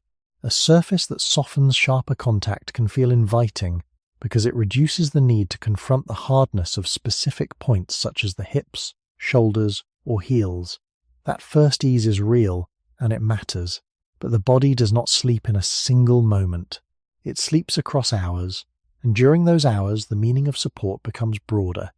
A surface is not only something the body touches when it lies down, it is something the body continues to negotiate with as breathing changes the ribcage, as muscles release more deeply, as tissues bear weight for longer periods, and as posture slowly shifts in response to pressure and temperature. This is where the distinction between immediate comfort and longer-term fit becomes more visible. A surface may feel gentle at first because it yields, but that same yielding can gradually change the arrangement of support. The body then has to respond, not because anything dramatic has happened, but because the conditions beneath it are no longer exactly the same as they were at the beginning. On a firmer surface, the opening sensation may be less forgiving, yet the environment remains more constant once the body has found a workable position. The body meets resistance early, and that resistance does not disappear. But because it stays relatively stable, the body can organize itself around something predictable. In this sense, a firmer surface may ask more of the body at first and less of the surface, while a softer one may offer more at first and then continue reshaping the problem over time. Neither condition is automatically superior in every context. The body is adaptable, and people vary in age, habit, environment, and physical condition. Still, the difference helps explain why comfort and fit are not identical ideas. Comfort often belongs to sensation at the point of contact. Fit belongs more to the ongoing relationship between the body's structure and the support that remains under it through the night. From a biological point of view, the body is always trying to maintain workable balance rather than perfect stillness. Pressure must not remain too concentrated for too long. Joints must not be held in awkward positions without adjustment. Circulation must continue. Temperature must remain within a range the body can manage. These demands are ordinary parts of sleep, and they existed long before modern bedding. For most of human history, people likely met them on surfaces that were thinner, firmer, and less capable of contouring around the body. That does not mean those surfaces were comfortable in the modern sense, but it does mean the body's longer history of rest unfolded mostly in environments where fit depended heavily on posture, light insulation, stable ground, and repeated bodily adjustment rather than on deep softness. In that older setting, what counted as a workable sleeping surface may not have been the same as what many modern people call comfortable. It may have been drier, warmer, less exposed, more level, or more consistent from night to night. The value of a surface may have come less from how much it embraced the body, and more from how reliably it allowed the body to settle without cold, dampness, or disturbance. This suggests that the history of human rest is not a simple search for softness. It is a much older search for manageable conditions under which the body can remain through the night. When modern people evaluate a sleeping surface, they often do so through immediate sensation because that is the most obvious signal available. But the body itself continues the evaluation more slowly. It does so through movement, pressure, heat, and the quiet need to keep adjusting until morning. This does not mean softness is an illusion, nor does it mean firmness is a hidden ideal. It means that the body lives in time, and surfaces reveal their qualities gradually. A gentle first impression can coexist with a more complex overnight interaction. A firmer beginning can coexist with stable support over many hours. And when we place that distinction against the deeper background of human history, the question becomes clearer. The body that now judges comfort so quickly was shaped across long stretches of time, when surfaces were judged less by softness itself, and more by whether they provided a workable, stable place to rest in a world that rarely gave the body much softness to begin with. There is a further difference, quieter still, between what feels comforting and what fits the longer structure of the body's history. Comfort belongs easily to the present moment. It is what the body senses first, before thought has time to enter. A surface feels welcoming because it softens contact, because it lowers the sharpness of pressure, because it creates the impression that the body can let go without resistance. This impression is meaningful, and it should not be dismissed. But fit, in a deeper sense, includes another question. It asks not only how the surface feels when the body arrives, but how that surface corresponds to the way the body has been meeting the material world across long stretches of time. These are not identical questions. A surface can be immediately comforting without closely resembling the kinds of surfaces that shaped most of human rest. It can also be somewhat less gentle at first contact, while still offering a stable relationship that the body can work with over hours. This is one reason the title opens into something more thoughtful than a simple argument for hard or soft sleeping. The issue is not that one surface must be praised and the other rejected.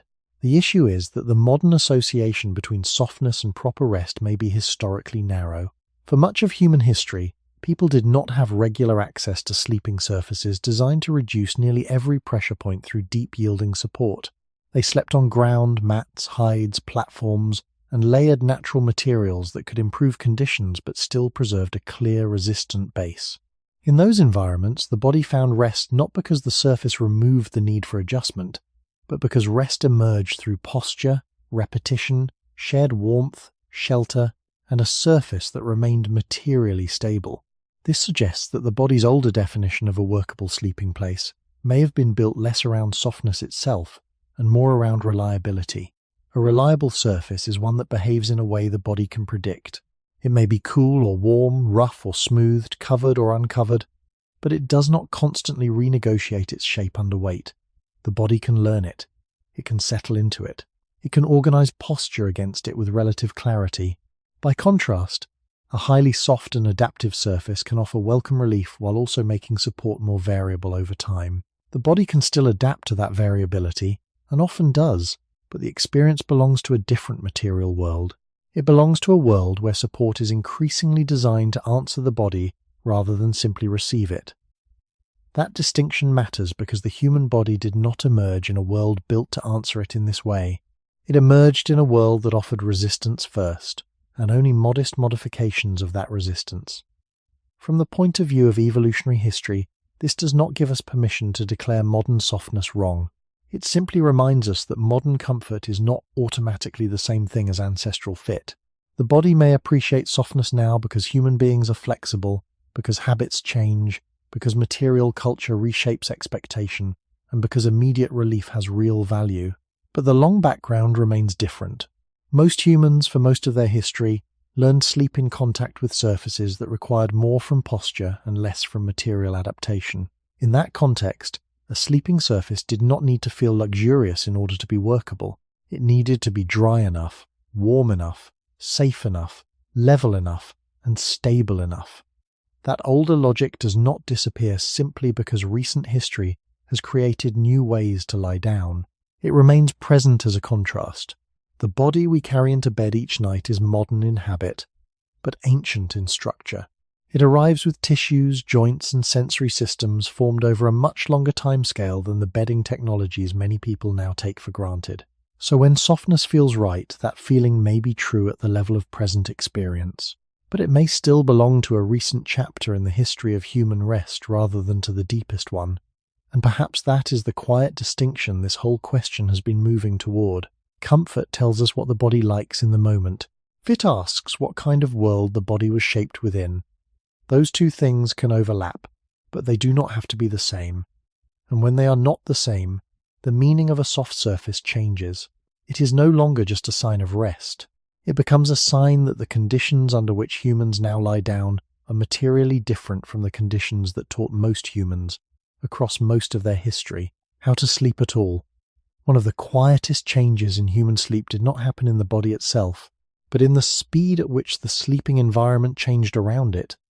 Biological change moves slowly across many generations. Material change can move much faster. A new surface can become normal within a household, a village, or a city long before the body has experienced anything like it across evolutionary time. This matters because the history of soft sleep is not only a story about invention, it is also a story about how quickly habits can spread compared with how slowly anatomy changes. For most of human history, children grew up watching adults lie down on surfaces that remained close to the ground, close to firm support, and close to the material limits of their environment. A young body learned sleep within the same broad conditions that older bodies used. The sleeping place might differ by season, climate, or household resources, but the logic of support remained relatively stable. A mat over firm earth, a hide over a platform, a woven surface over wood, or a thin prepared layer over ground all placed the body in contact with resistance. That continuity across generations is important because it means sleep habits were formed within material conditions that changed only gradually. The body learned what night felt like from people whose own nights had been shaped in roughly similar ways. As settled societies became more complex, this continuity began to loosen. Domestic interiors changed. Craft traditions expanded. Textile production improved. Beds, platforms, stuffed materials, layered coverings, and more specialized household objects became more common in some communities than in others. Still, this change did not happen everywhere at once, and it did not reach all people equally. For long periods, soft sleeping surfaces remained limited by wealth, labor, local materials, and climate. Some households could maintain thicker or more elaborate bedding, while many others continued to rely on simpler arrangements. This unevenness matters because it reminds us that softness did not become a universal human condition simply because it appeared in some places. It spread gradually, and often first as a marker of material advantage rather than as an ordinary feature of human rest. Over time, however, each generation born into newer domestic conditions could begin to treat those conditions as normal. A child raised on layered textiles or padded bedding would not experience that softness as innovation. It would simply feel like the background of rest. In this way, habit can become naturalized very quickly. The body's deeper structure may still come from a much older history, but the felt expectation of sleep can shift within only a few generations. What one generation first experiences as a luxury, the next may experience as custom, and the next as necessity. This rapid transformation of expectation is one of the clearest signs that sleep surfaces belong as much to cultural history as to biological history. The body remains recognizably human across these changes, but the world teaching the body how to lie down does not remain the same. Modern history makes this even clearer. Industrial production, broader access to textiles, new filling materials, springs, foams, and mass manufacturing have changed sleeping surfaces on a scale that earlier societies could not. Within a relatively short historical window, large populations moved from thinner, firmer, more variable sleeping arrangements to thicker and more standardized soft surfaces. From the perspective of deep time, this is an extremely rapid shift. It is far too fast for the basic structure of the human body to have been reshaped around it in any fundamental evolutionary sense. The body has adapted behaviorally and culturally, not through a complete remaking of its anatomy. This helps explain why the question of softness belongs partly to the study of generations. Each generation inherits not only genes and bones and posture, but also houses, objects, routines, expectations, and definitions of comfort. A sleeping surface is one of those inheritances. It teaches the young body what normal night feels like, but the historical age of that lesson may be very young, even if the body receiving it is ancient in design. When placed beside the longer timeline of human rest, this creates a striking contrast. the conditions shaping the body accumulated over immense stretches of time. The conditions shaping modern sleep habits changed much faster, often within the span of recent history. So when a soft surface now feels ordinary, that ordinariness may say less about what humans have always needed and more about how quickly material life can redefine expectation across only a few generations. In that sense, the softness beneath the modern sleeper is not only a physical support, it is also a historical signal that the world teaching humans how to rest has been changing far faster than the body that still lies down upon it. As sleeping environments become more consistent within households and across communities, another change begins to take shape. Sleep is no longer only influenced by the immediate conditions of the land or by the materials available in a given moment. It becomes guided by objects that are expected to remain in place and perform in predictable ways. A bed, once established, is not remade from the ground each night. It holds its form, its height, and its layers. This consistency allows habits to form more quickly and to be repeated with less variation. The body begins to anticipate not only the act of lying down, but the specific kind of surface it will meet. This anticipation is subtle. It is not something most people think about, but it can be observed in how easily the body relaxes into familiar surroundings and how quickly it recognizes when something feels different. A sleeping surface that is stable in its design, even if soft, becomes part of a learned pattern. The body does not have to search for a workable position in the same way it might on a more variable ground.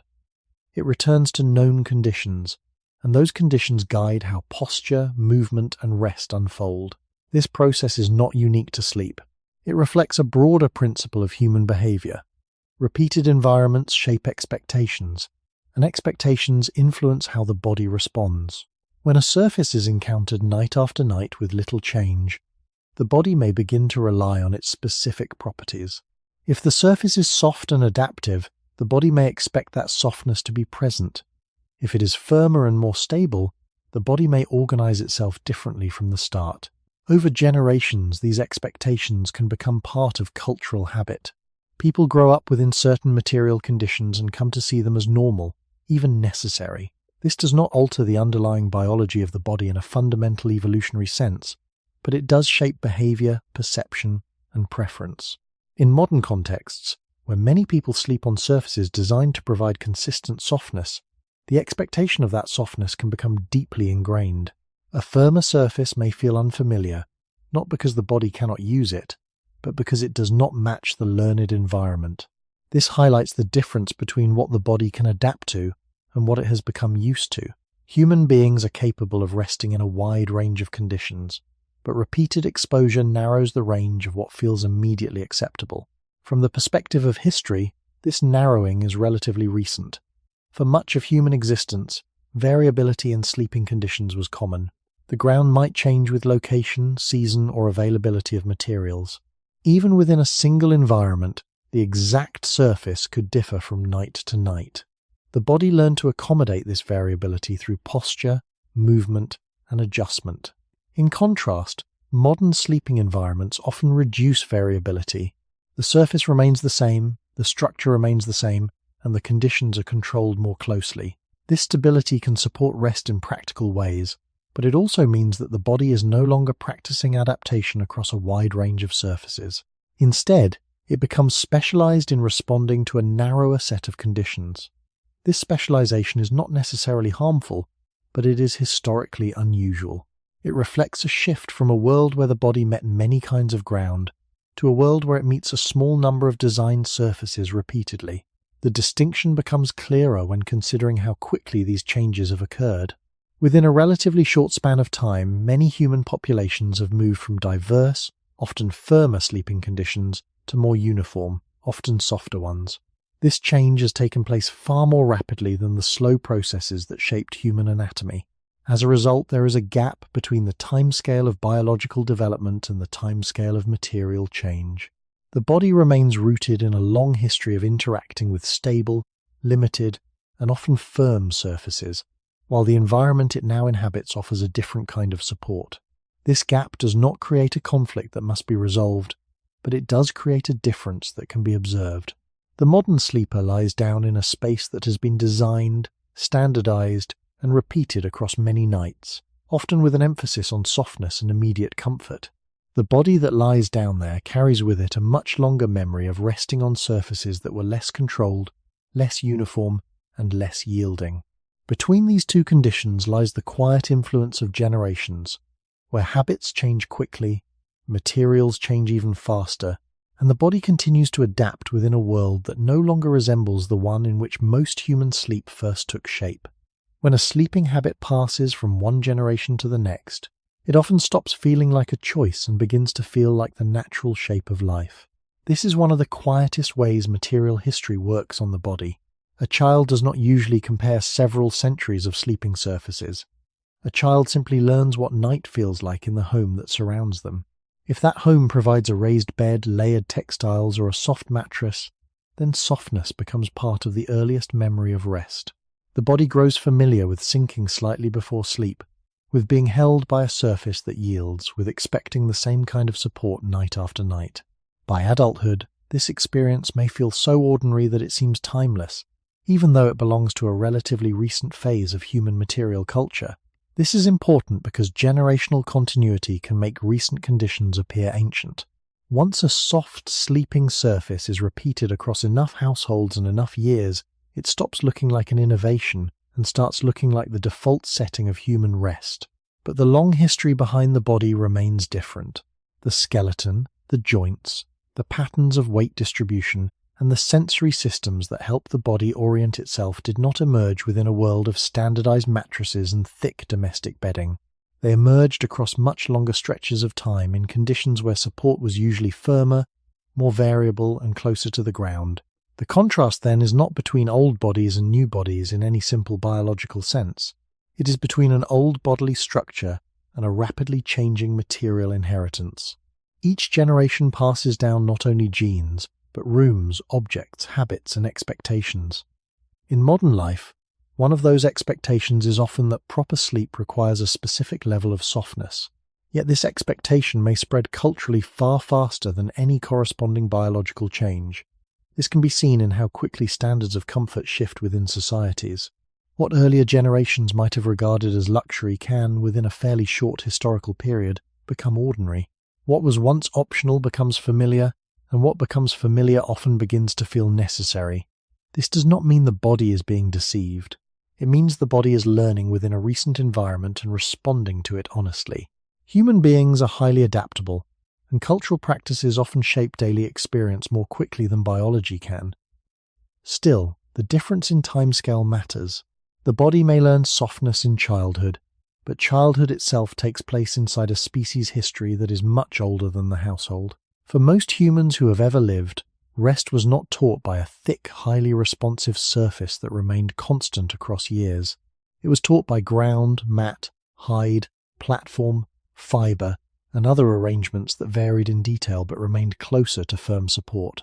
This suggests that generational learning can create a strong sense of normality without proving that the condition being learned is ancient. Softness may feel natural because it is inherited socially, repeated materially, and confirmed by habit. But socially inherited normality is not the same as deep evolutionary continuity. This distinction becomes clearer when entire populations shift their sleeping conditions within only a few generations. Industrial production, urban domestic life, and expanding access to manufactured bedding have changed sleep surfaces for millions of people in a very short time compared with the long history of the human body. The result is not a contradiction, but a layering. Under the modern expectation of softness lies a much older body, one that can adapt certainly, but one whose deeper structure was shaped before softness became widespread.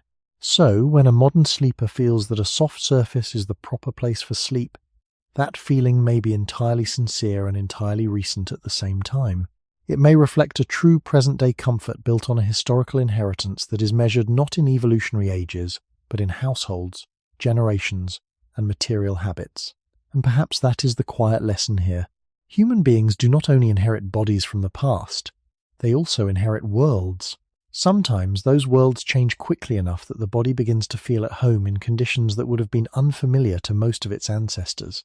When that happens, habit can become so deep that it resembles nature.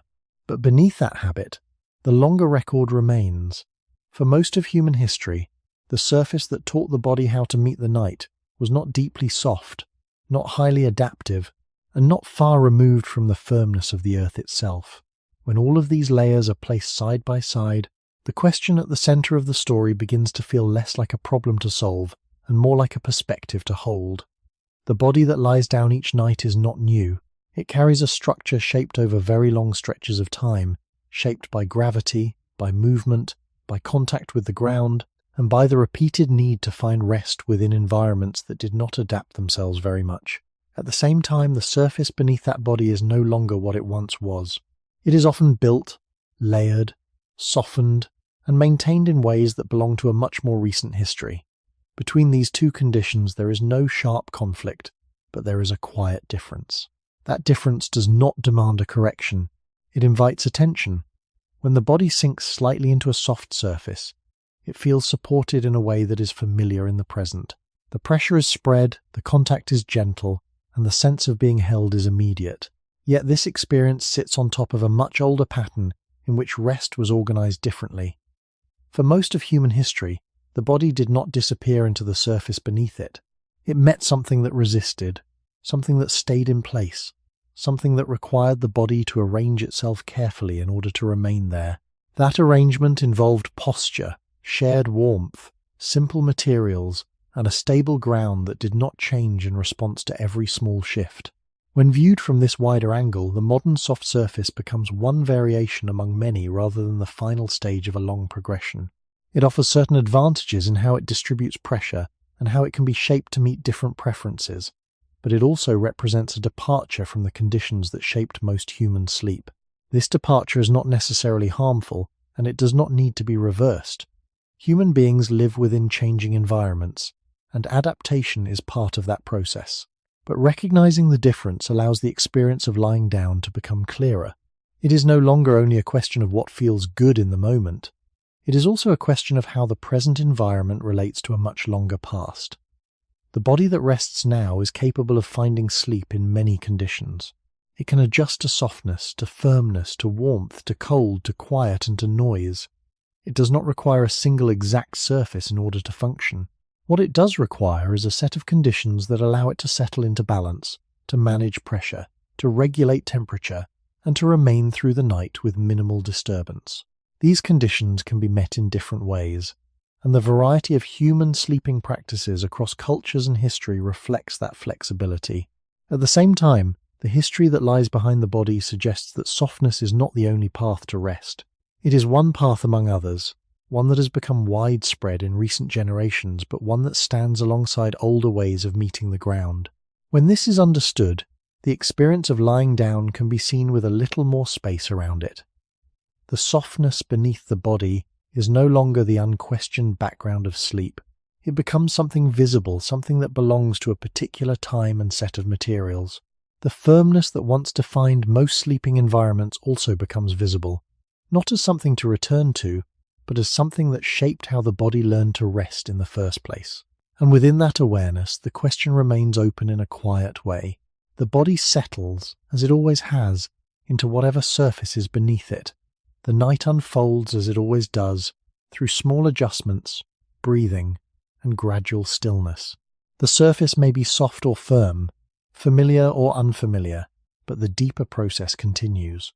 The body looks for a way to rest within the conditions it has been given, and perhaps that is where the meaning of the question rests, not in choosing one surface over another, but in noticing that what feels natural now is not the only way humans have ever come to sleep, and that the path to rest has always been shaped as much by the world beneath the body as by the body itself. If the long arc of human sleep teaches anything, it is not that the past was better, or that the present is mistaken. It teaches something quieter. It teaches that the body has always been more flexible than the stories people tell about it. Across deep time, humans rested in caves, shelters, open ground, raised platforms, woven mats, layered plant material, hides, textiles, and later in more constructed domestic spaces. The surfaces changed slowly, then more quickly, and the body continued to do what it has always done. It searched for balance. It redistributed weight. It adjusted posture. It managed warmth. It responded to pressure. It moved when it needed to move, and it returned to stillness when it could. In that sense, the body was never tied to one perfect surface. What changed was not the existence of sleep itself, but the material world in which sleep had to happen. For most of human history, that world offered firmness first. It offered a ground that kept its shape, a surface that might be softened a little but not transformed completely, and conditions that required the body to participate actively in its own rest. In more recent history, many people have come to live in a different kind of environment. Softness can now be manufactured, layered, standardized, and made durable in ways that earlier humans could rarely sustain. The body has adapted to this new environment through habit, expectation, and daily repetition, but it has done so as an old body in a newly arranged world. That distinction matters because it softens the temptation to turn the question into a verdict. There is no need to say that softness is false comfort, and there is no need to pretend that prehistoric firmness was a hidden ideal waiting to be rediscovered. Both claims would be too simple. What the evidence supports is narrower and, in some ways, more interesting. It supports the idea that the ordinary conditions of human rest across most of our history were materially different from those many people experience now. Humans did not usually sleep on thick, highly adaptive, deeply soft surfaces. They slept on arrangements that kept them closer to stable support, closer to the physical logic of the ground, and closer to an environment that did not continuously reshape itself around the body. Once that is understood, the meaning of softness changes slightly. It remains comfort, but it also becomes history. It becomes a sign of how much the human sleeping environment has changed in a relatively short span of time. And because that change is recent compared with the age of the body itself, it invites a more patient way of thinking about rest. The body does not need to be interpreted through only one modern standard. It can be seen as something older, broader, and more adaptable than the current moment often suggests. This broader view also has a quiet educational value. It reminds us that many things that feel obvious in the present are not timeless. They are often local to a certain period, a certain material culture, a certain way of living indoors, making objects, and defining comfort. The soft sleeping surface is one of those things. It may feel natural because it is familiar, because it is repeated, because it has become part of what many people inherit from childhood onward. But familiarity is not the same as universality. The long human past contains other ways of resting, other ways of finding enough support, enough warmth, enough stability to let the body cross into sleep. And perhaps that recognition has its own kind of calm in it. It does not force the listener to reject the present or imitate the past. It simply widens the frame. It says that the body has come through a much longer story than the room it now sleeps in. It says that rest has never belonged to one material arrangement alone. It has always emerged from an encounter between body, surface, climate, shelter, and habit. That encounter keeps changing, and the body keeps meeting it. So when the night comes and the body lowers itself once again towards softness, the moment can be understood a little differently. Not as the final answer to human rest, but as one recent version of it, one gentle invention among many, laid quietly on top of a much older human relationship with the ground. As the night reaches its quietest point, the question no longer needs to be answered in a fixed way. It can remain where it began, resting lightly alongside the body rather than pressing for a conclusion.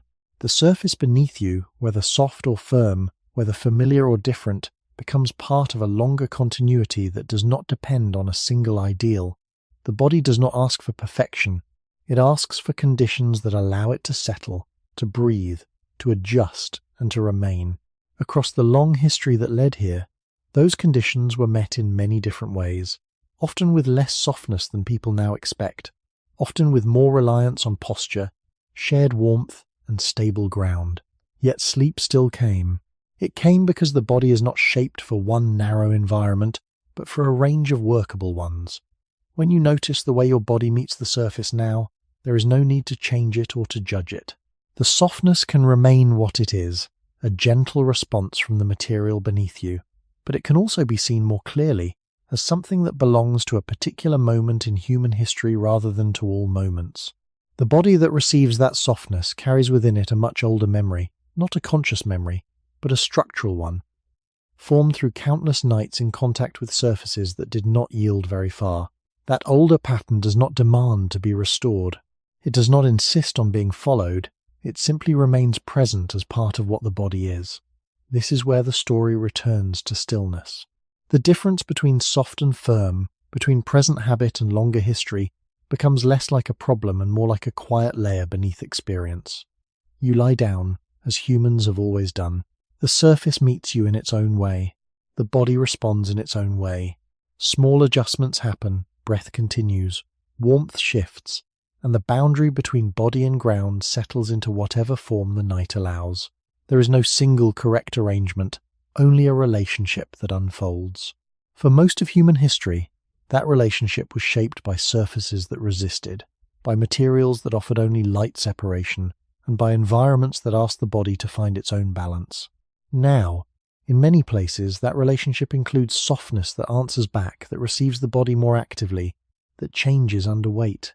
Both belong to the human story, but they do not belong to it equally in time. One stretches far into the past, quiet and consistent. The other sits close to the present, familiar and newly widespread. Holding both at once does not require choosing between them. It allows the act of lying down to feel slightly larger, slightly less confined to a single definition of comfort. The body can rest here, on this surface, in this moment, without needing to resolve the question completely. And as rest deepens, the question itself can fade, not because it has been answered, but because it no longer needs to be. What remains is simpler. The body settles. The surface holds or yields. The night continues. And somewhere within that quiet exchange, there is space for a different kind of understanding, one that does not close the story, but leaves it open, as it has always been, across the long, steady passage of human sleep